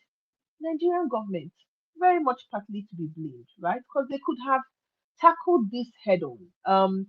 If Obasanjo was the president, I know that this insurgents wouldn't have it wouldn't have succeeded until today. He always, if we remember, there was the Niger Delta one, right? Some of these things I've read it head in different ways, but a leader will tackle head on. You understand what you're working with. You ask them, what is your grievance? Because most times this happens due to a grievance, right? You have to talk with them. So, however, this whole thing started, I don't know, but this is something that should have been nipped in the bud. so the government is complicit. And then Buhari's government has, so the North parted them, I feel, on that level before it became a national issue. Then the president, Buhari's government, also pampered these terrorists, first of all, by naming them bandits. That's where that issue started. You see terrorists that are killing people, that are displacing people from their homes, and you name them bandits. And that's already the kid's glove. So Buhari did not tackle it. Buhari's chief of armies did not tackle it. They were all doing, oh, our people, our people, our people. Everybody leaned back and were looking. And these people got more powerful because not only did they lean back and were looking, they weren't also funding the military, right? So you were having a system that is collapsing and insecurity or terrorists that were being empowered. Because a system that is collapsing does not fight terrorism, right? Because what Nigerians are literally seeing right now, like in 2026, what we are seeing is a system that has not been working for years, but we because we're only seeing the repercussions now. Our So media let me has not ask a also been question. working. Yeah, yes, Yeah. please go ahead. So let me ask a question. So, some people have said on social media that this system, this new program of granting this level of amnesty to these terrorists, that it is a way to encourage the other ones who are still out there to surrender, surrender their arms and turn away from their bad ways. It makes no Do sense you to me. think do you think it's even effective at all? Or do you think that that is the step that the government should even be towing at this point in time? No, no, this government has not told any step that is the step they should tow with these terrorists. No, none at all. Right from Buhari's time, there's no single step they have taken that they should use to tackle terrorism. The moment you see terrorism, you follow. On the moment they spill a blood of a citizen, they have already declared war on the state. Hmm. That's the logic. When you spill the blood of a citizen, you have declared war on the state. So the first Mhm. thing you do is, okay, what is going on? Are people going to surrender arms? You first surrender arms and then you give them punishment. That's usually what it is. You surrender arms, you put them in prison. But Nigerian government did not even do this at all. Now do you know that right now we're dealing with factions? I don't think Mhm. Nigerians understand that we are actually dealing with different factions of insurgents in the country right now. They're operating Mhm. differently. They understand what they are doing. Like it's an ecosystem right now. So it has gone out of that part of the question you asked was a very basic question, right? But it has outgrown um that basic. See, integrating them is it makes no sense. Don't integrate them. But especially if they have already been identified as people that are already operating, they have to serve the time, right? And when people see people serving time for punishment, there's no how they will do that again. Saying you're integrating so that you encourage people not to do anything is, I have never understood it in my life before. Honestly, I'm just going to say the honest truth. I'm going to die on this hill. APC government as a government did not come to Nigeria to govern. No individual that I have seen in APC, in fact, when they even get in, they take out the brain in their head and drop it outside, right? It's like, okay, come in. They just came to plunder. And you can I see it agree, in to their be honest. administration. They're not doing anything. It's just particularly this one, and it trickled down from Buhari to this one. It's just propaganda. There's nothing they can say that you can believe because you would never see the fruit of it, right? They are not Mhm. tackling. Okay, the latest one now is saying that the media should not even have it in the front pages. Do you know how Mhm. much Buhari government curtailed the media? I mean, before Buhari government, the media had really started being curtailed because they started buying them off in good luck's time, right? When we used to watch Sunday Olise, Sunday news, we have people, reporters that go out to the field and report from the streets. Now we just have people that sit down in this thing and they're just telling us stories off of social media streets, which we respect. But um, I'm I'm still looking for, anyway. Integrating terrorists is bullshit. There's no logic in it. This government has only pampered terrorists. They haven't Right. treated them in any way. There's been no governance. I just want to say there's been no governance. And because there's been no governance, they've not appointed adequate and competent. We don't have any competence in the Nigerian system. There's no single Absolutely. form of competence in Nigerian system. And Absolutely. until competence starts to thrive anywhere, we're going to complain about the most minimal thing. This banditry can be flushed in a few seconds. Okay, someone came and said they said they are buying drones. Have you seen the drones with your eyes? Is there anything this government has said that you can validate? You can say you've seen with your eyes. Why are we operating like that? Hmm. You know, they All said they right. have a budget of trillions, and they really released how many. So yeah, thank you. Thank you. Thank you so much, TD. Thanks for your contribution. Thank you. All right. Let's speak with Madam de Madam. You're welcome, Madam. Hello. Welcome. Hi, Welcome. Glory. Hi, everyone. I'm happy Nice to meet to you. I'm happy to be here today. I'm glad you're here. I was looking forward to joining the call this week. I think it was on Thursday and something happened and I was like, I can't wait for Glory to come on, tomorrow. And I Hmm. forgot like tomorrow I was talking about was Friday. So when I got to Friday, I'm like, bummers. But I'm glad I'm here. Thank you, Glory, for creating a space like for us to like really talk about the Awesome. issues going on in Nigeria. I really, really always appreciate you for this. And I always try to carve out time, even though I'm doing anything else, just to listen to what everyone is saying. Because I feel like our voices somewhere, someplace will be heard and things will change, for Nigeria. So in relation to kind of what we're talking about now in like should these bandits, these terrorists, these insurgents, should they be reintegrated into society? Mm-hmm. My simple answer is no. I've never thought otherwise. And I don't know why any sane society would think otherwise, although there should be a way, right? That it's not every time that we should think about like, oh, the next step is that they should be put to, death or they should be killed in some fashion or so. There should be a system that works where if these people are caught, they are actually put like in jail. They are put in jail, they are tried, for their crimes, depending on the crimes that they committed. And they Hmm. are given the punishment that they deserved. I don't know if there's punishment like, yes, if somebody killed somebody and they found to have killed somebody, I I think that the same punishment should be met on them, right? Mm-hmm. But who am I to say? Because there's a justice system, there's a process in the way things go.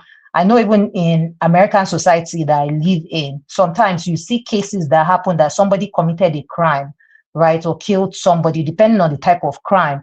The person is not necessarily sent to death, depending on the judge that is trying the case. Some of them are given like so many, like multiple years in prison, and after like maybe 40 years or thereabouts, they come out and people can clearly see like, yes, this one killed somebody.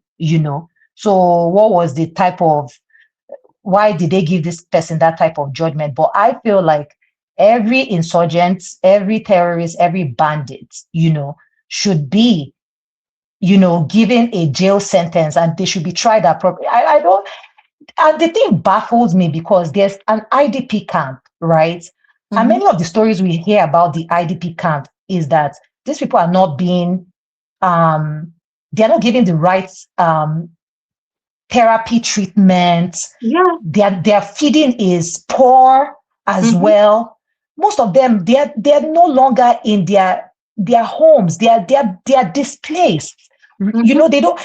There was a documentary. I can't remember something I saw on YouTube that somebody was saying that they had spent almost more than 10 years in an IDP camp, right? Mm-hmm. By now, people that go into IDP camp is meant to be like a temporary place. I don't even think people are meant to stay there for more than 2 to 3 months before the government is looking for how these people can be integrated into society, meaning giving them a house, giving them a job, putting them through therapy. Nobody should be staying in an IDP camp for 10 years. Can you imagine somebody staying in an IDP camp for 10 years? And then you're saying that you're diverting money to reintegrate people that have killed, that have sent these people to IDP camps back into the society. You are spending money to do all these things. I think it's a poor judgment on the government in general. It doesn't sit well with me. When I hear about it, it doesn't sit well with me. I was watching Arise TV because I always watch the morning show. And I remember that one of the presenters was saying that the defense minister or so was saying that not all these people that they catch as terrorists are really terrorists, that some of them were kind of like forced to do the crime, I watched that interview with that minister, yeah. Okay, you watched it too. Like some of them were forced and, the likes and just all those types of story. I'm like, if that's the case, right? That's why I said that these people need to be tried. They need to be taken to a court of law. There needs to be evidence put forward against them so that we can separate those that were forced. But if you kill, whatever the case may be, if you were forced into a criminal establishment and you took up arms, you took up a gun, you took up a weapon, and you killed somebody, or you raped somebody, or you abused anyone, right? You can't say that you were forced anymore. You have now committed a crime. You have to be punished. And I think that's the way things need to go. For a while, I've been thinking about our terrorist organization, and I was thinking, I became a conspiracy theorist, right? Because I was thinking that I was in Nigeria when this really started in the height of Jonathan's time, right? It was so strange. Like somebody will wear a bomb, and explode. They will just explode in a busy place and kill themselves. I remember one that I watched on the news, and I don't know how many people remember that one, that a police officer, that time people were just kind of like, it was a strange occurrence, and people were not, it was strange. People were not used to it. This police officer was walking towards something that looked like a bomb on the floor because he was wondering why people were scared. He was trying to be macho, walking to. By the time that police officer touched that bomb, he exploded with the bomb. It was on TV because it was just a strange occurrence that it was still coming in, And after a while, because APC government wanted to come into power, they were really protesting. They were really standing firm against Jonathan's government, that they were not taking the proper action to really fight the insurgency. And after a while, people didn't believe in the PDP government anymore. I was firm. I remember I was rejoicing when Buhari's government came into power because I just felt like he was a former military general. He will be able to take care of this. So I was really happy with his rise to the presidency at that point. But when he came in, it was like his hands were stifled too. He didn't know what to do. What I started thinking, and this is why I say I became a conspiracy theorist, what I started thinking in my head was that I believe to some extent, and I will say allegedly because I don't want to get myself into trouble or anybody here or you into trouble. I will say that I started thinking that I believe that APC staged these terrorist groups. Because when we heard of Boko Haram, they said that Western education is bad. That's their motto or so. That's what they were fighting against, the Western education. That's what we knew. And that's what we thought. We just thought that they were the enemy of Nigeria, period. But I was just like, I feel that APC, some people in APC, I don't know, the powers that be, staged this to unseat the PDP government, right? But when they came in, because when you feed the monster and the monster grows so big, you don't know how to tame it anymore. This monster has grown out of their control, and they no longer know how to tame this monster anymore. right? The monster has grown so many heads, and it's now disorganized. It's no longer controllable. So even the so-called, and this is me saying allegedly, because I don't know, I'm a conspiracy theorist. Please just accept me as I am for now. Even now that APC government is in there, right? They don't know what to do themselves, right? So the thing that they were protesting against, right? They've come to meet it, and they too, they don't know how to curtail it as well. So it's just baffling to me that any reintegration will be done. And I kept on posting in the chat, and I say this with my full chest. The defense organization, they lack appropriate thinking capacity. They don't have solution to this problem. Right now, we have people that are very, very archaic in their thought process that lead the Nigerian people. And they don't want to let go of that power to allow people that are competent to take charge and do what is right for the people. They lack solutions. What I believe is that this reintegration is very strategic on the part of the defense team in Nigeria, because if they decide, right, to take any action, maybe to, definitely put to death penalty any one of these people that they have now caught, right, what will happen is that these insurgents, these terrorists will retaliate. And the defense know that retaliation, right, from these groups, they will not be able to handle it. It will put the government, right, in a bad light, because it will show their incompetence. So the best bet for them is to reintegrate them back. That is kind of the easy way out, so that they appease the terrorist group and show that, don't worry, if people put down things, we will not persecute you, you will not, nothing will happen to you, you will not be put to death. We won't give you money to go and start a business. I heard they were giving them wives. Did we say that? They were giving some of them wives. They have stipends, they have wives. Some of them have cars that they are given. They have cars. Normal Nigerians that are begging on the streets here and there, that they've not done half of what these people have done, have not been given any form of stipends. They've not even been blessed with a wife as well. And you're blessing murderers with wives, with money. So I feel like this is the easy way out for these people.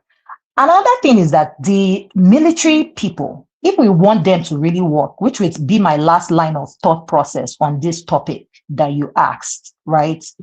The military is demoralized. Most of them are, right?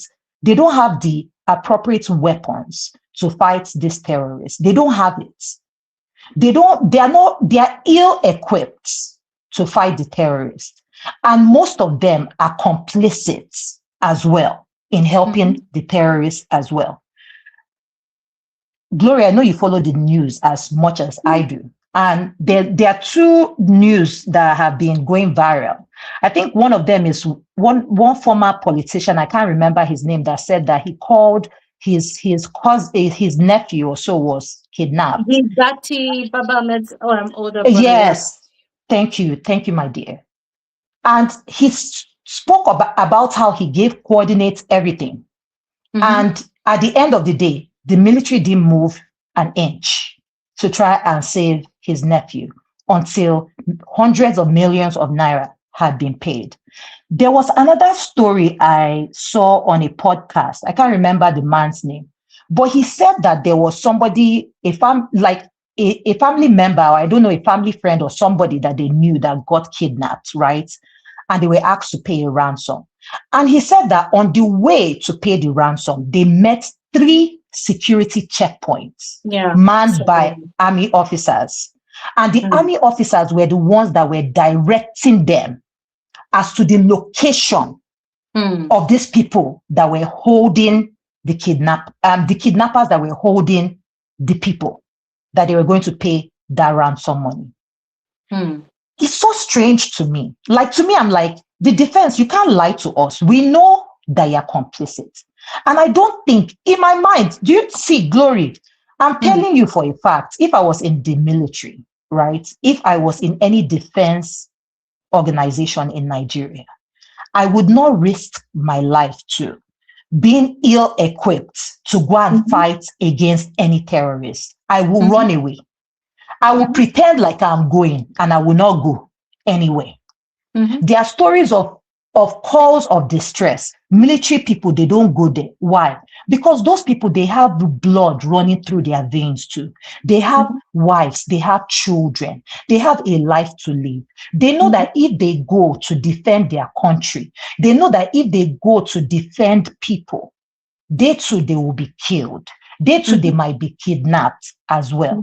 So the military, I feel that Nigerian government needs to invest in making sure that the welfare of our military officers is raised. They have to pay our military officers more. They have to pay them more than any government, any minister. They have to pay them more money at this point in time. They have to pay them more money. They have to increase retirement everywhere for these men and women.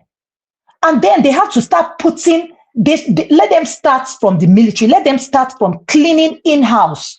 Those people that are complicit, those people that are helping these insurgents, these kidnappers, they should start catching them one by one and throwing them into jail and throwing away the kids. Start telling the military that we're going to start in-house. Because I don't even think any reasonable young Nigerian male or female is ready to join the military in Nigeria. It's a death sentence for many of them. They're not ready.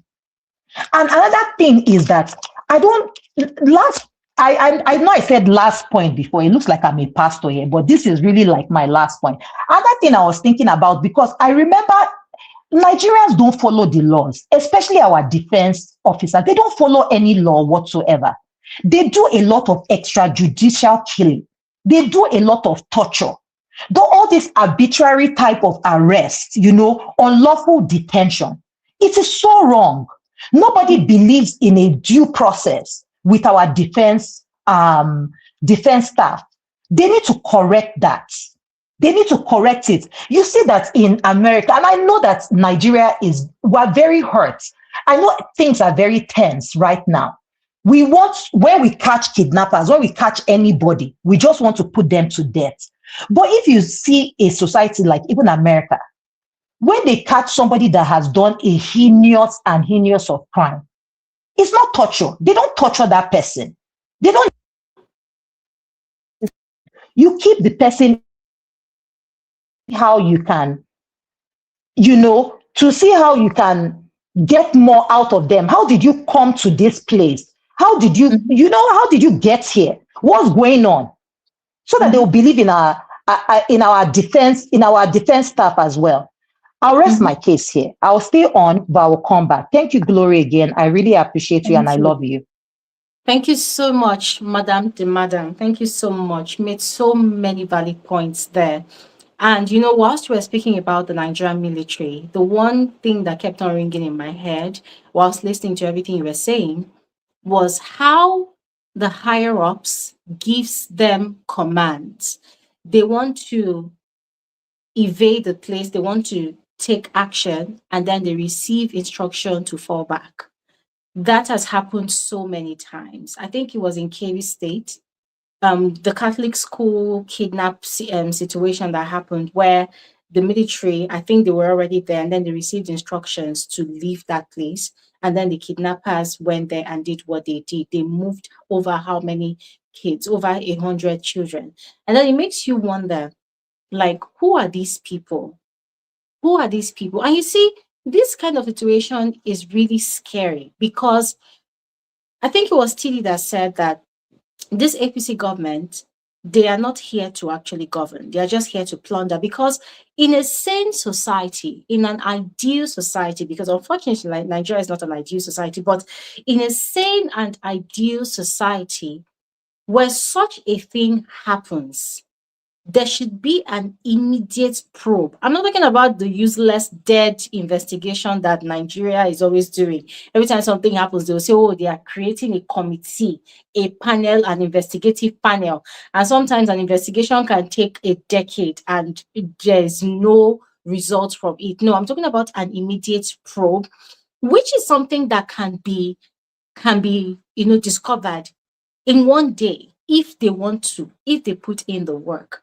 But you see things like this happening and nothing is done about it. They sweep so many things under the carpet because, as a lot of us here have rightly said, a lot of people in government, they are all complicit in this madness happening. So it makes you wonder, is this government really out to fight insecurity in this country? Or they just do not really care about the life of the average Nigerian?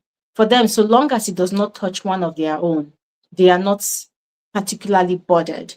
They are not. I mean, even though till tomorrow, nobody can convince me that what happened with the former Minister of Power, Adelabu's sister and her children, that it's all staged and it's all just, yeah, it's just staged. Nobody will convince me otherwise. But look at how that particular situation was handled. A lot of people argued that, oh, the cases are different. The kidnappers, they took them to a house in the bush, blah, blah, blah. It's not the same as terrorists kidnapping students and taking them into the forest. They say it's not the same, but I think it's actually the same, right? So when you look at how that particular situation was handled within a matter of 2 days, and you look at how every other situation is handled, it just tells a lot about the kind of leadership we have in this country. That the common life of Nigerians is not valued. Instead, the life of terrorists are actually valued way more than innocent Nigerians. Anyways, let's speak with Prestige. Prestige. Oh, before we speak with Prestige, AB Okoli, thank you so much for your gift. I really, really appreciate your gift. God bless you. Thank you so much. I should have given you the shout out earlier, but yeah, thank you so much. I hope you're still here online. God bless you. Thank you always for what you do and for your generosity. Thank you so much. All right, let's speak with Prestige. Guys, if you're here and you still want to contribute to the conversation, please click on the link in the comment section to join. All right. Prestige, you are welcome to the conversation. How are you, Gloria? Fine, thank you. It's always a pleasure having you here. Yeah, how you doing? Doing great, thank you. Great. So the subject about reintegration, I mean, you can codify it any way you want. I think Nigeria is doing it the wrong way. I mean, because they claim that this is part of counterintelligence. They use what they call Operation Safe Corridor in order to bring the surrender Boko Haram or the terrorists into the country. But I believe they are doing it the wrong way. Maybe they are doing it intentionally, because when it comes to Nigeria, in my own opinion, which Buhari, when Buhari was in power, they imported all this terrorists from the West African territory or something like that. If you look at America, America did the same thing, but it's far away, not in their country, something like in Afghanistan. Okay, they use it to get some intelligence, but it's the lower level people. They never really, people that surrender, reintegrate them or assimilate them into the Afghanistan country. No, they have to serve jail. So during their jail time, they would be, they will be educated, rehab, and during that process. So hold on, sorry.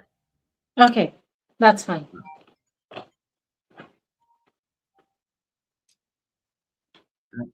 Let me call you back, okay? All right, come on. But anyway, like I was saying, I think Nigeria is doing it the wrong way. I mean, these people are supposed to serve their time in jail. And during that time in jail, that's when the rehabilitation is supposed to have taken place, Exactly. educate them and everything. And you have to be properly vet them to make sure they are sincere. But not everybody. If it is 100 people, out of that 100, maybe about 25% of that 100 people, may have been, actually, believe that coming back into the society is the right thing to do. So I don't believe Nigeria is doing it properly. That has to show where Nigeria is coming from. If they have done it the proper way to some people, like I said, lower level people or to a certain degree, okay, that can be acceptable. So my problem I have with this, how about the victims? Exactly. That have been died, have been terrorized, the family, and nobody is talking about them. But these people are, being reintegrated, being reassimilated into our society. And most of them, not just, being assimilated into the society or taken back or whatever you may call it, but they serve in the military. This is what is going on actually in the military. There has been a lot of stories, even during the Boko Haram era, when the US government was coming. The people, the Boko Haram was able to get masks and everything to cover. There was a leakage, India said, this is what's going to happen. That's exactly why we're having the problem in the military. A lot of them are incorporated into the military and they sabotage the military. Nothing will ever come out of this integration. In my own opinion, in order not to waste time or whatever, I think it's a wrong process. This is where we're heading. And it started with Buhari, and Tinubu is doing exactly what he said. Like he said, he's gonna start where Buhari left. That's exactly what he's doing. In my own opinion, I think somebody said that he made a promise, to the Northern Kabak that he's not going to take any drastic action. He's going to do exactly what Buhari did. And in my own opinion, I actually believe it. Even what is happening in the Southwest, in his backyard or whatever, not to be tribalism or whatever, but he has not done nothing. Okay. I mean, Nigeria has a problem. They only react whenever there's a problem. They don't proactive. They're not doing that. And you have all these people, I think you properly has said it before. You have some people in the government which I think are complicit to what is actually happening. This is why there's no positive something we are getting from fighting with these people. So it becomes so boring or whatever, and it becomes so concerning. How far can we go with this? The situation about Nigeria is unsustainable. It's unsustainable. I myself, I'm even afraid to come to Nigeria. I mean, I do come to Nigeria every Christmas, but I'll be very concerned. I can't even, I can't come to Nigeria and go through the road. I have to fly. But how about the poor people in Nigeria that don't have the money? Exactly. I mean, people are being kidnapped. How many days those people have been in captivity, all those kids? I think about 39 in Oyo State, about 40 in the Bono, whatever state. I mean, those kids, are they still alive? Nobody knows. I think Nigerian people, they are very immune to what's going on, that nothing is going to, after some days, 2 days, 6 months or whatever, Nigerian people forget about what's going on. It's just like they're looking at things like, okay, things happen until it actually happen to you. So sometimes I just get tired of talking about Nigeria. Sometimes I just say, okay, let me just come and listen or something like that. I need to protect my mental health, But you say, okay, I stop talking, and I stop going to different platforms. I just come to your platform. I used to go to different platforms, but I just stopped going to different platforms because we regurgitate the same thing every day. I'm not saying we should stop talking, okay? Don't blame me, Gloria. We need to talk, but the people are not listening to us. They have used it, to govern us, weaponize poverty and everything. Because I was looking at something that was going on. I think it was Ekiti state governor, they were throwing bread. Throwing bread to people on the road. I said, what is this? What have the country become?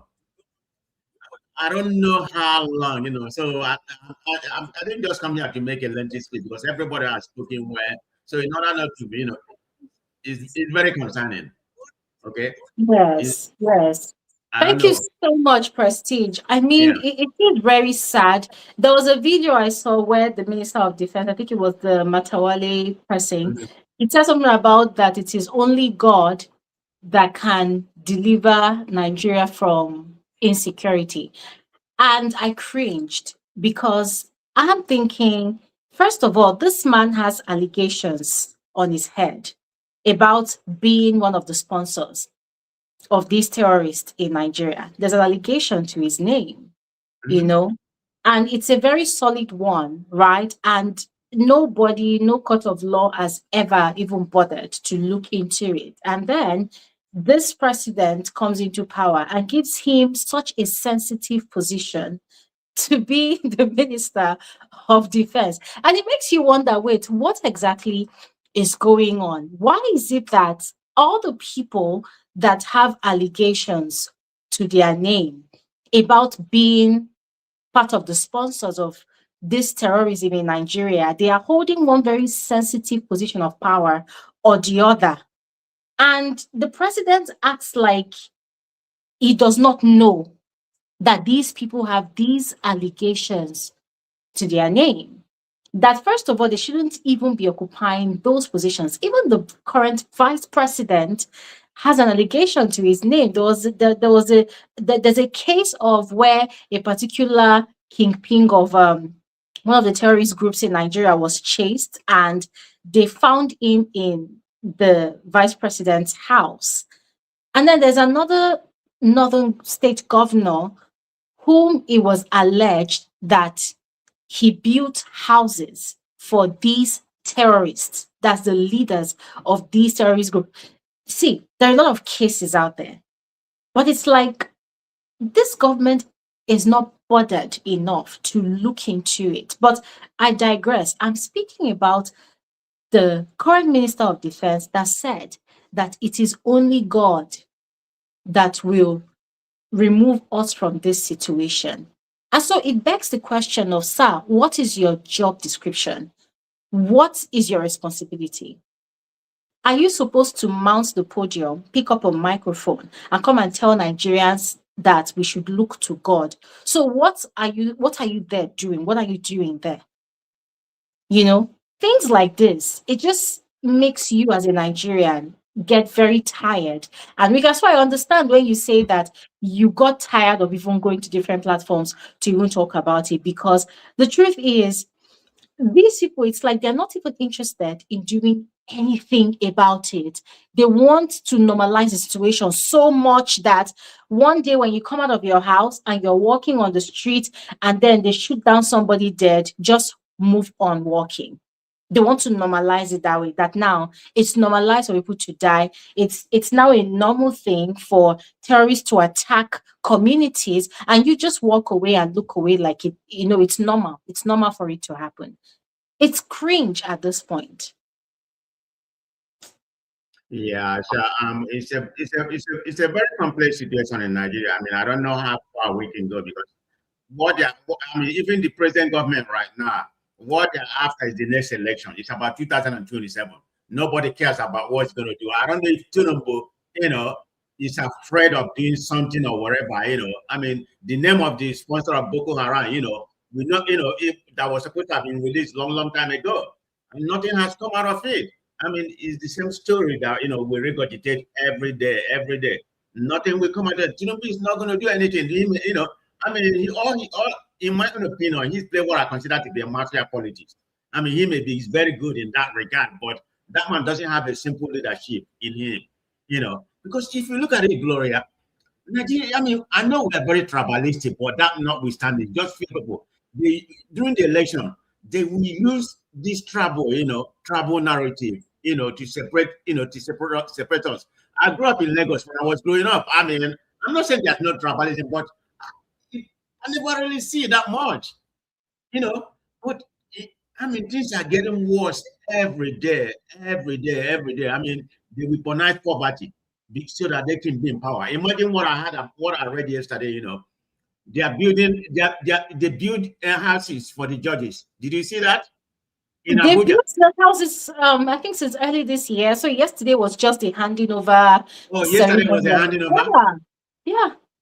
I mean, where's the separation of power? Where's the country? I think I mean, how is that supposed to be a democracy? He was saying that was the right, that was the right thing to do. You need to compensate them. If you really do some research, there's no country that does it. Maybe they can, like they do for the civil servant. Maybe they can give them allowance, for housing and everything. But you don't actually, give them a gift. I mean, that's a conflict of interest in that regard. But Nigeria, they're doing something backwards. Sir, do you know that yesterday morning I listened to Dr. Ruben Abati sharing his own opinion about that situation on Arise News, the morning show. And you see, every time I listen to that man, sometimes I put him on mute because you just know that he's a propagandist. Okay, talk about a typical propagandist for this government. I'm sorry, but that is what he symbolizes on that channel. But anyways, his reasoning was that um it's like an insult for people to speculate that the government is building houses for some judiciary members because they want to buy their integrity, that these people are people that have had years of experience, decades of experience, so they deserve this houses that they are getting because this is the fruit of their labor. That was the angle he was coming from, and that was how he explained it. And I particularly loved what Ayo Arifai said, but I'm just going to summarize what he said and also how I thought about it. That, hold on a second,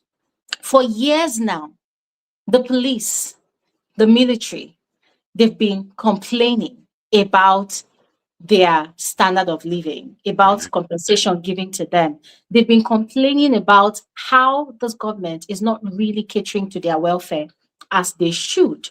Now, nobody is saying that the military, rather the judiciary, is not entitled to this level of compensation. They are, but I personally believe that there are judiciary bodies, organizations that should cater to that, just like we have the pensions committee that caters to civil servants in the country. I believe that there should be a body, organizations that actually caters to that. Why is it the FCT minister?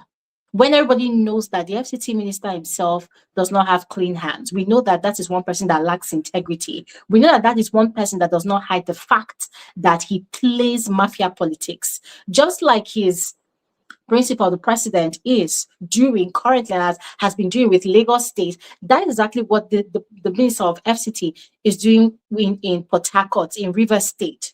So we know that what yesterday's presentation was, it was an exchange, it was a transaction. We know that that presentation of those houses to the judiciary, we know that it is transactional. One of the presenters on Arise even joked that when you even listen to the music that the musical band was singing, where the minister was saying that, oh, do for me, I do for you. That is transactional. Oh, you swear any court case for me. Oh, when the 2027 election comes and we bring many political party that brings cases and you upturn it. You see what the judiciary have been doing, right? People go to court and, the ruling party, they tell you, go to court. And you take your case to court and then they upturn it in the ruling party's favor. You see all the nonsense, all the dirty politics they play with the judiciary. They do all of that. I personally feel like that is a solid form of compensation. Because how does it even make sense that the military, the police, everybody that is in charge of defending the sovereignty of Nigeria, those people are living in squalor? The police, they have been complaining via the little channels, because these days, if they come to, open media, they are penalized, they are punished because they say, oh, they are going against their code of conduct, right? So when they complain to people and then people come online to complain on their behalf or complain to appropriate authorities, nothing is done. Most of these police officers and the military, they live in squalor. When you see the police barracks, you see the military barracks, it does not look good. A human being should not live in such places because most of those places look like a place for animals, where animals are reared. That is what most of those places look like. So you do not take care of the people who are in charge of fighting insecurity in the country or even defending the territories and the sovereignty of this country. But then you feel like, oh, it should be your responsibility to build mansions for a select few members of the judiciary. How does it make sense? And then one person who claims that he's an authority in law and politics and whatever, he's coming to come and try to whitewash it and then gaslight Nigerians to think that, oh, every lawyer or every judge deserves that kind of compensation. It does not make sense. Yeah, yeah. Gloria, that's a typical what I consider to be a political defrauding. That's exactly what they are doing to Nigeria. I mean, it's a bribery. Because when all these gifts you are giving to all these gifts you are giving to the judges, what do you expect them to do when a ruling comes? I mean, it's a Exactly. common sense. I mean, I don't know. Sometimes they feel like the Nigerians are stupid or whatever, but I don't think maybe they. No, let me take that word back. I don't think the Nigerians are stupid. They do it like an impunity. Say, what can you do? There's nothing you can do about it. They know Yeah. that Nigerians know about it. It's an impunity, Just Mhm. nothing you can do. We are in power, are we going to do what we want? That's Mhm. exactly what it is. This is a typical bribe. It can never just Google any other, any other civilized country from US to British to Canada, and then they don't do that. They don't do that. I think I will try to do some research to see if there's any particular country in Africa that actually do it. I think I find Ghana and South Africa. They not actually do it. They do it the way the civil servants in Nigeria. They give them an allowance, as part of if you want to buy a house or you want to rent, you use it for that. But they don't actually give you a gift. Say, okay, this is your house, this is something like that. No, that is way, way wrong. We are just going backwards when it comes to democracy. I mean, sometimes I begin to feel like, what kind of democracy are we practicing? It's not making any sense. I mean, we are pretty much plateauing, in terms of progressing in all aspects, both economy, both the so-called democracy. We are regressing in all aspects. That's just the way I see Nigeria. It's a shame that we have to come here. I mean, I hate coming to the public place. I mean, all of us can talk about it, but going in the public, because people are listening. The whole world are listening. That's why Trump is calling on the shit whole country. And you come here, you argue it.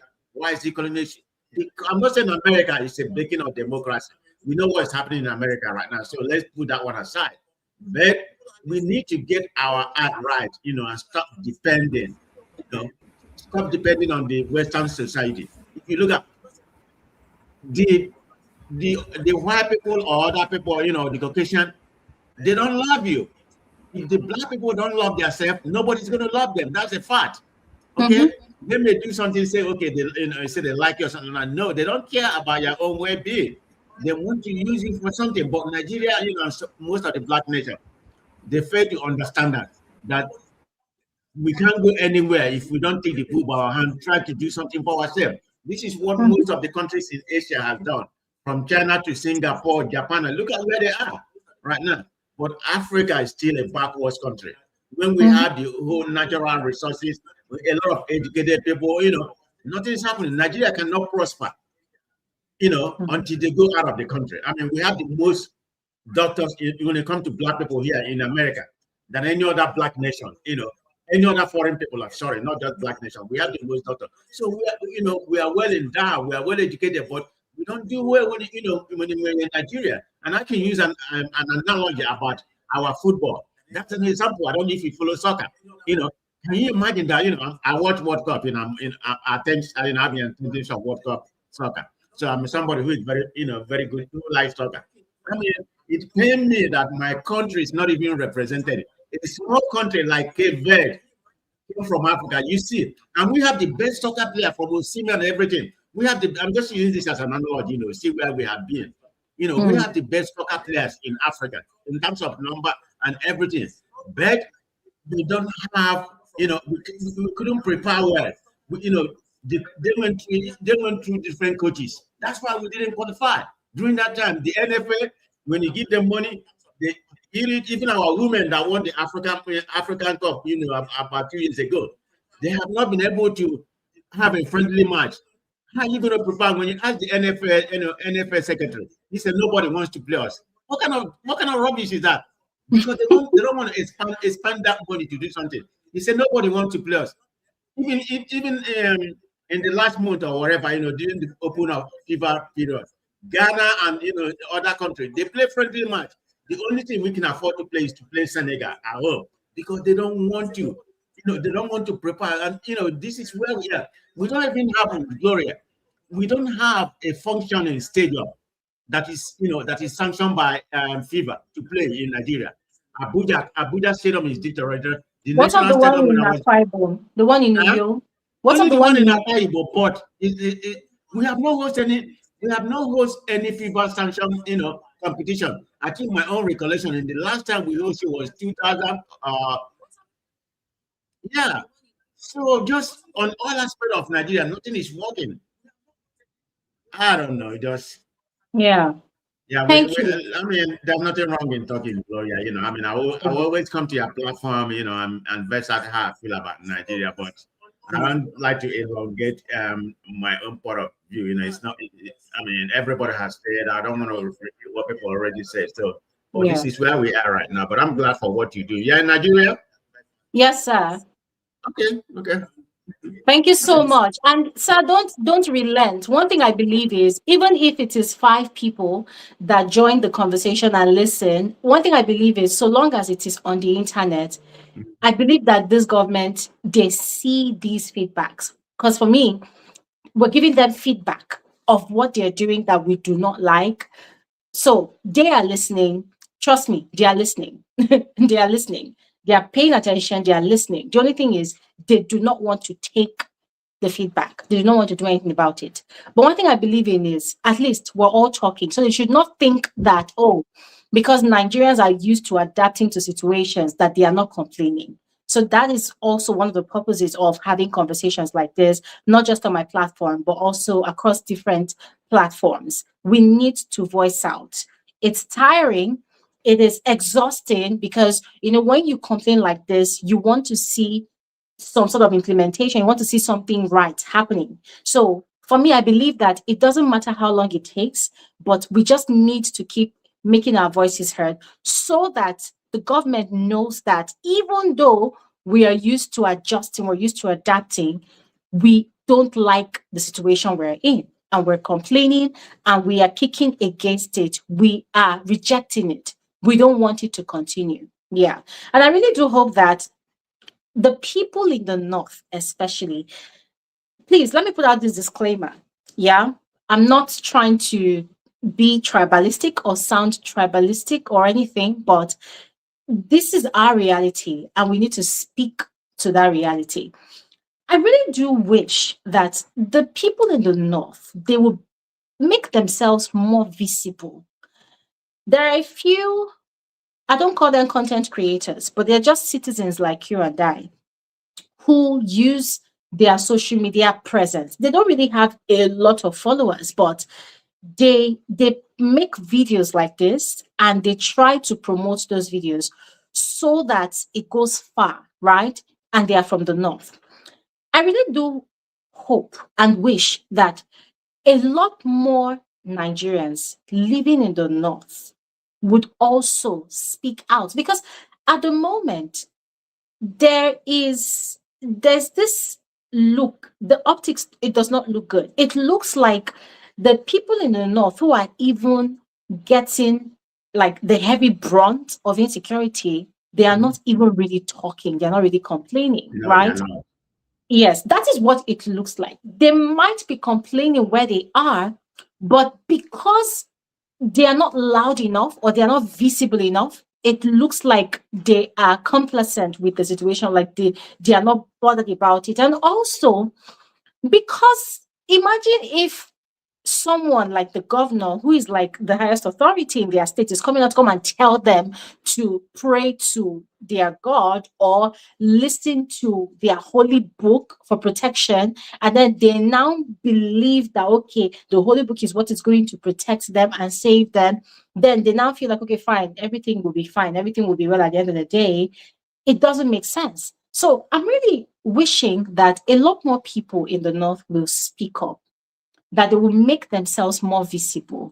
And another thing that actually really drives me crazy is how by now those people in the north, they should be the ones protesting.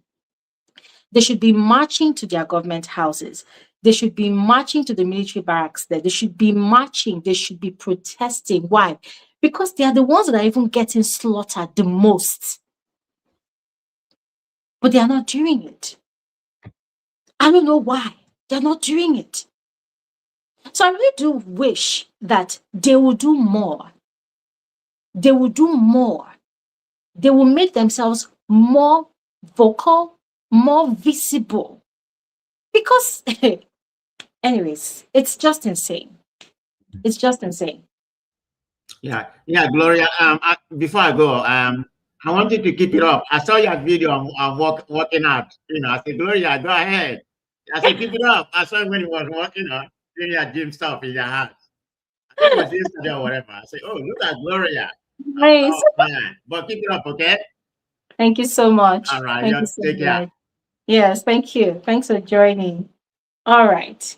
Ladies and gentlemen, I don't know if there's anybody else that wants to contribute to the conversation. I am about to sign out now. Anayo, you've been trying to join the conversation, but it says that your devices are not connected. Maybe you're trying to join with your video on. Maybe you should put off your video and try joining with just your audio. It normally works. So I think you should try it now and let me know in the comment section if it worked out for you. All right. But yeah, if there's anybody else that wants to still contribute, we still have like at least 5-10 minutes before I round off today's conversation. All right. So yeah, the link is in the comment section. If there's anybody that still wants to, contribute anything, one final thought, that would be nice. But yeah, whilst waiting for Anayo to try to sort out his connection, I just want to say this as my final words for today's conversation, that the way Nigeria is today is completely abnormal. This is not how a normal society should be. This is not how an ideal society should function. This is not how an ideal society should operate. Everything happening in this country today, and when I say today, I'm talking about for the past 8-10 years, everything happening in this country today is completely abnormal. It is insane. This is not how an ideal society should work. This is not how an ideal society should function. From time to time, people who are in support of this ruling party, of this government, they keep on making comparisons that, oh, if you're saying security is plaguing Nigeria today, what about America? What about the UK? What about other countries? They keep on making references to other countries. But the one question I always ask them is, these other countries that you compare Nigeria to, have you checked the standard of living of their people? Have you checked the welfare of their people? Have you dated back to their history? Have you also looked at how their government handles situation? Have you looked at how their government treats terrorists? Have you considered all of these indices? You do not. The only thing you look at is, oh, there's insecurity everywhere. Yes, insecurity is everywhere. But the question you should honestly and genuinely ask yourself is, all of this everywhere where insecurity exists, how does the government over there handle the perpetrators? Do they treat them with kids' gloves? Do they give them rehabilitation programs? Do they give them compensation? Do they build them houses? Do they buy them cars? Do they give them a pat on the back and tell them, oh, well done. Oh, the Bible will save you. Oh, the Quran will save you. Is that how they treat terrorists? Ask yourself that question. Because a lot of Nigerians are so blinded by blind, stupid loyalty to a political party to the point that you forget that the people that are being slaughtered by these insurgents, they are actually human beings with blood flowing through their veins. There are people just like you and I. So when we talk about issues of insecurity, you keep on making cases for this government and defending this government. Imagine when it happens to you or your loved ones. Or when it eventually happens to you or the closest person to you, will you still be saying the same thing you're saying today? Will you still be saying that, oh, there's insecurity everywhere? And for those of you who are defending this ridiculous rehabilitation program by the government for these terrorists, if death comes knocking on your door, not by natural causes now, but by these insurgents, if it happens to you or someone closest to you, are you still going to defend this government? What will you say then? Will your narrative change? Will you continue to defend this government? How will you handle it? Do you think trauma will not overtake your sanity? Do you think You listen. Oh my goodness. I don't know how many of you saw 2 videos. There was one video where a woman who had just recently been rescued from the coven of these terrorists, she said, I think she was in their lair for about 6 months. She said every single day they bring them out, the women, and they rape them repeatedly, over and over and over and over again. Repeatedly rape them. Most of these women, they are people's daughters, they are people's mothers, they are people's wives. Most of these women, some of them are even pregnant. I've heard stories of how they give birth, sometimes they kill the babies, and they still go ahead to force themselves on those new mothers. The kind of barbaric activities that these terrorists, they carry out in their hideouts. And then at the end of the day, the government gives them a pass, saying that they have sworn by the Quran to turn a new leaf. If that is the case, why is the government not opening all the prisons in the country and setting free all the criminals? Because I put it to you that there are people that have been rotting in jail for decades for crimes that they know nothing about, for crimes that they did not commit. But then these are criminals in broad daylight, in the dead of night, at any time of the day. With so much audacity, they roam around the country. They do as they please. They take lives, life that they did not give. They take lives. They butcher people. They kill people. And yet, this government is rehabilitating them. If it was children below the age of 15, I can sit down and have an open conversation. But these people that they are rehabilitating, they are not babies, they are not children, they are adults, they are grown adults that know their left from their right. And they are being rehabilitated and they are sent back into society, flaunting in the faces of their victims the compensation that the government is giving to them. For why? For turning a new leaf.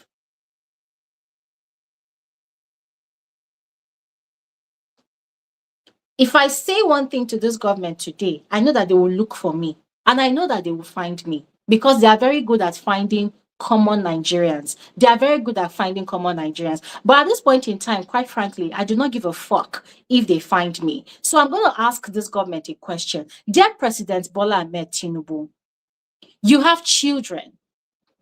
And one of your obvious favorites is Sheyi Tinubu, the one that follows you around for all your campaigns and also goes around to campaign on your behalf, that has also formed the City Boy movement. One question I ask to you, dear President Tinubu, is this.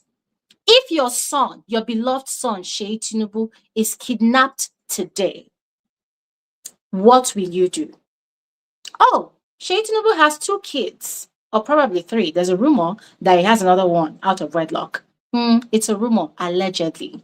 So what if your grandchildren, not just from Sheyi Tinubu, but from your other children, what if they get kidnapped today? Oh, and then along the line, by mistake, as they always call it, they get killed by these terrorists. Dear President Tinubu, what will be your new narrative for these terrorists? What will you say? Will you rehabilitate them? Will you rehabilitate the terrorists who touched your family, your beloved presidential family? Will you rehabilitate them? Will you reintegrate them back to society?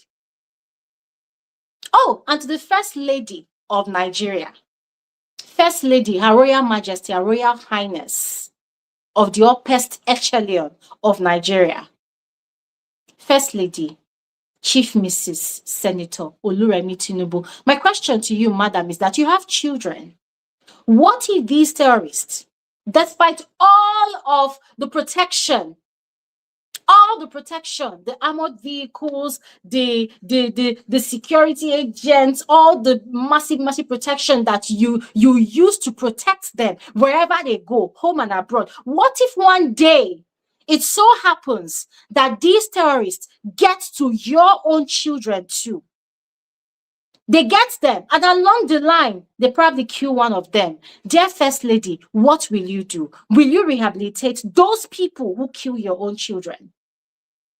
Will you rehabilitate them? Will you reintegrate them back to society? Will you be giving them monthly stipends? And then will you tell yourself that, oh, so long as they hold the Bible or the Quran and swear by it, oh, they have turned a new leaf. Will you even forgive them for snatching the life of your children? Will you? Because from the look of things, because your presidential elite family is heavily protected by Nigeria's resources, of course.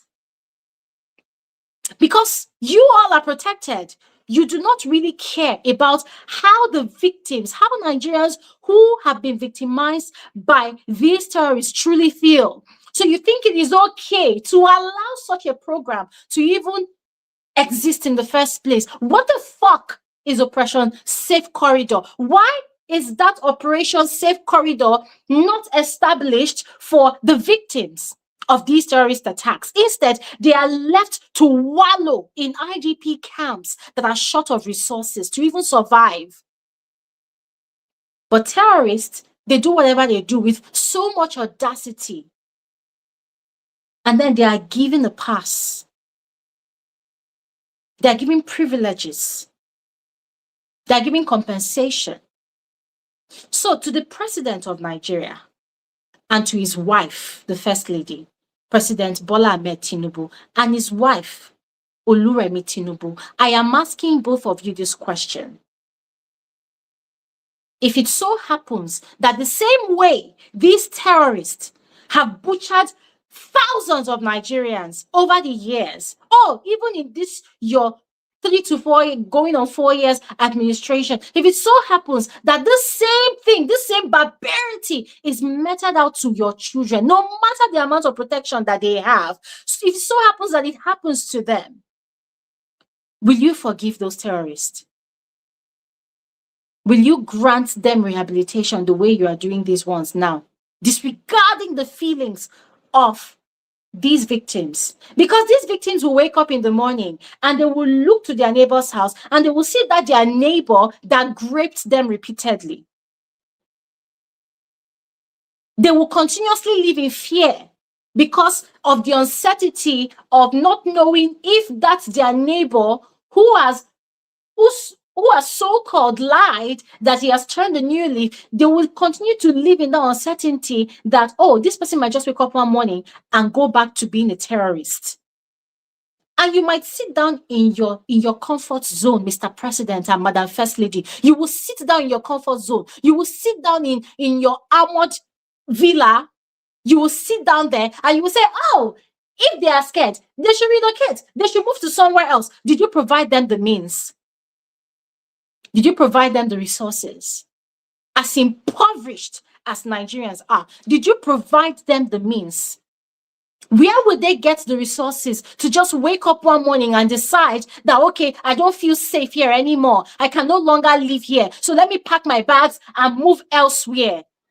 How can they make that possible for themselves? So, Mr. President, I am no terrorist myself. I have no links to insurgents. I have no connections. Check my background. I know you can check who I am right now, but yeah, go ahead. Check my background. I have no connections. I have no links whatsoever. I am just a concerned Nigeria posing very valid questions to you, President Bola Ahmed Tinubu and your wife. If it so happens to you, especially your beloved son, Sheyi Tinubu, what will you do about it? Will you sit down and continue to tell yourself that these terrorists cannot be traced?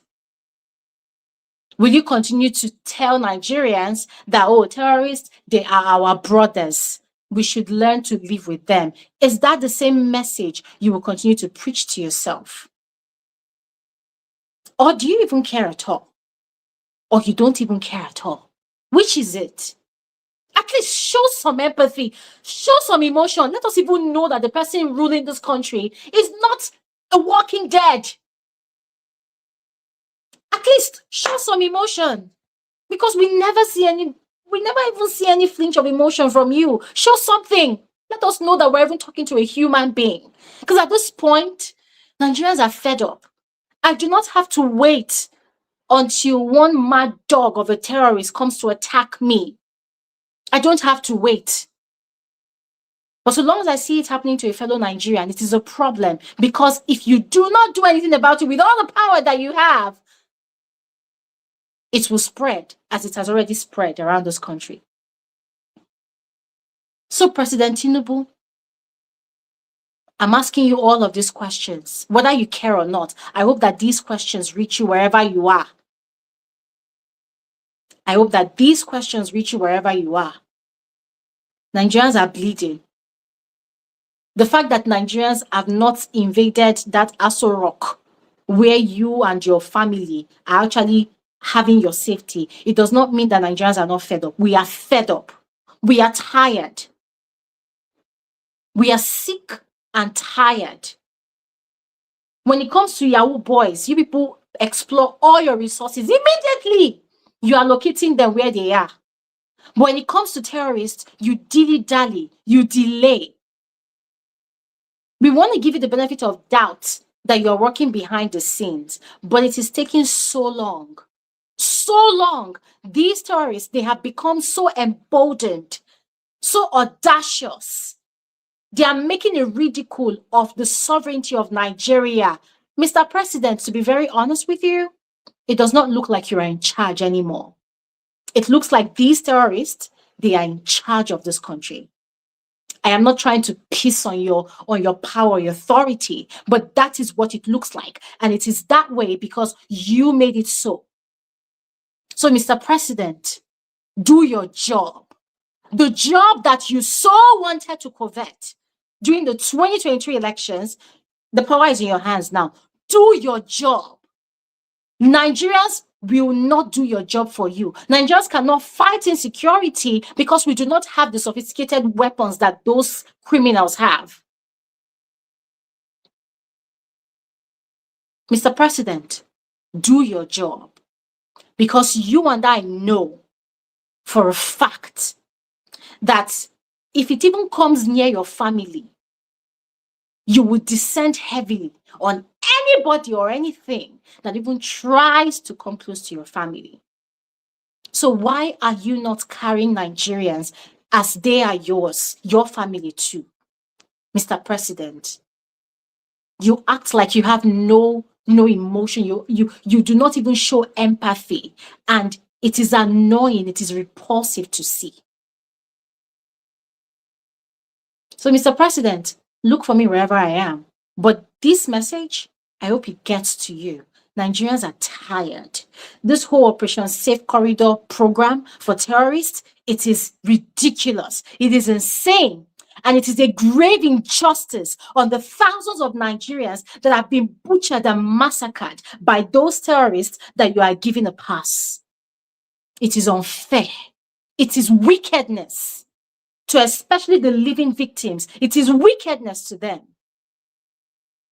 Because the fact that those people would live every single day of their lives encountering their oppressors every single day, that is the height of wickedness. And I'm sure you know it. So for whatever reason you're doing what you're doing right now, Nigerians reject it. Nigerians reject it. We do not want it. Those terrorists, by now, they should be rotting in jail. They should be serving their time, but you're not doing it. So once again, I ask you, if they come for your family, will you still rehabilitate them and reintegrate them?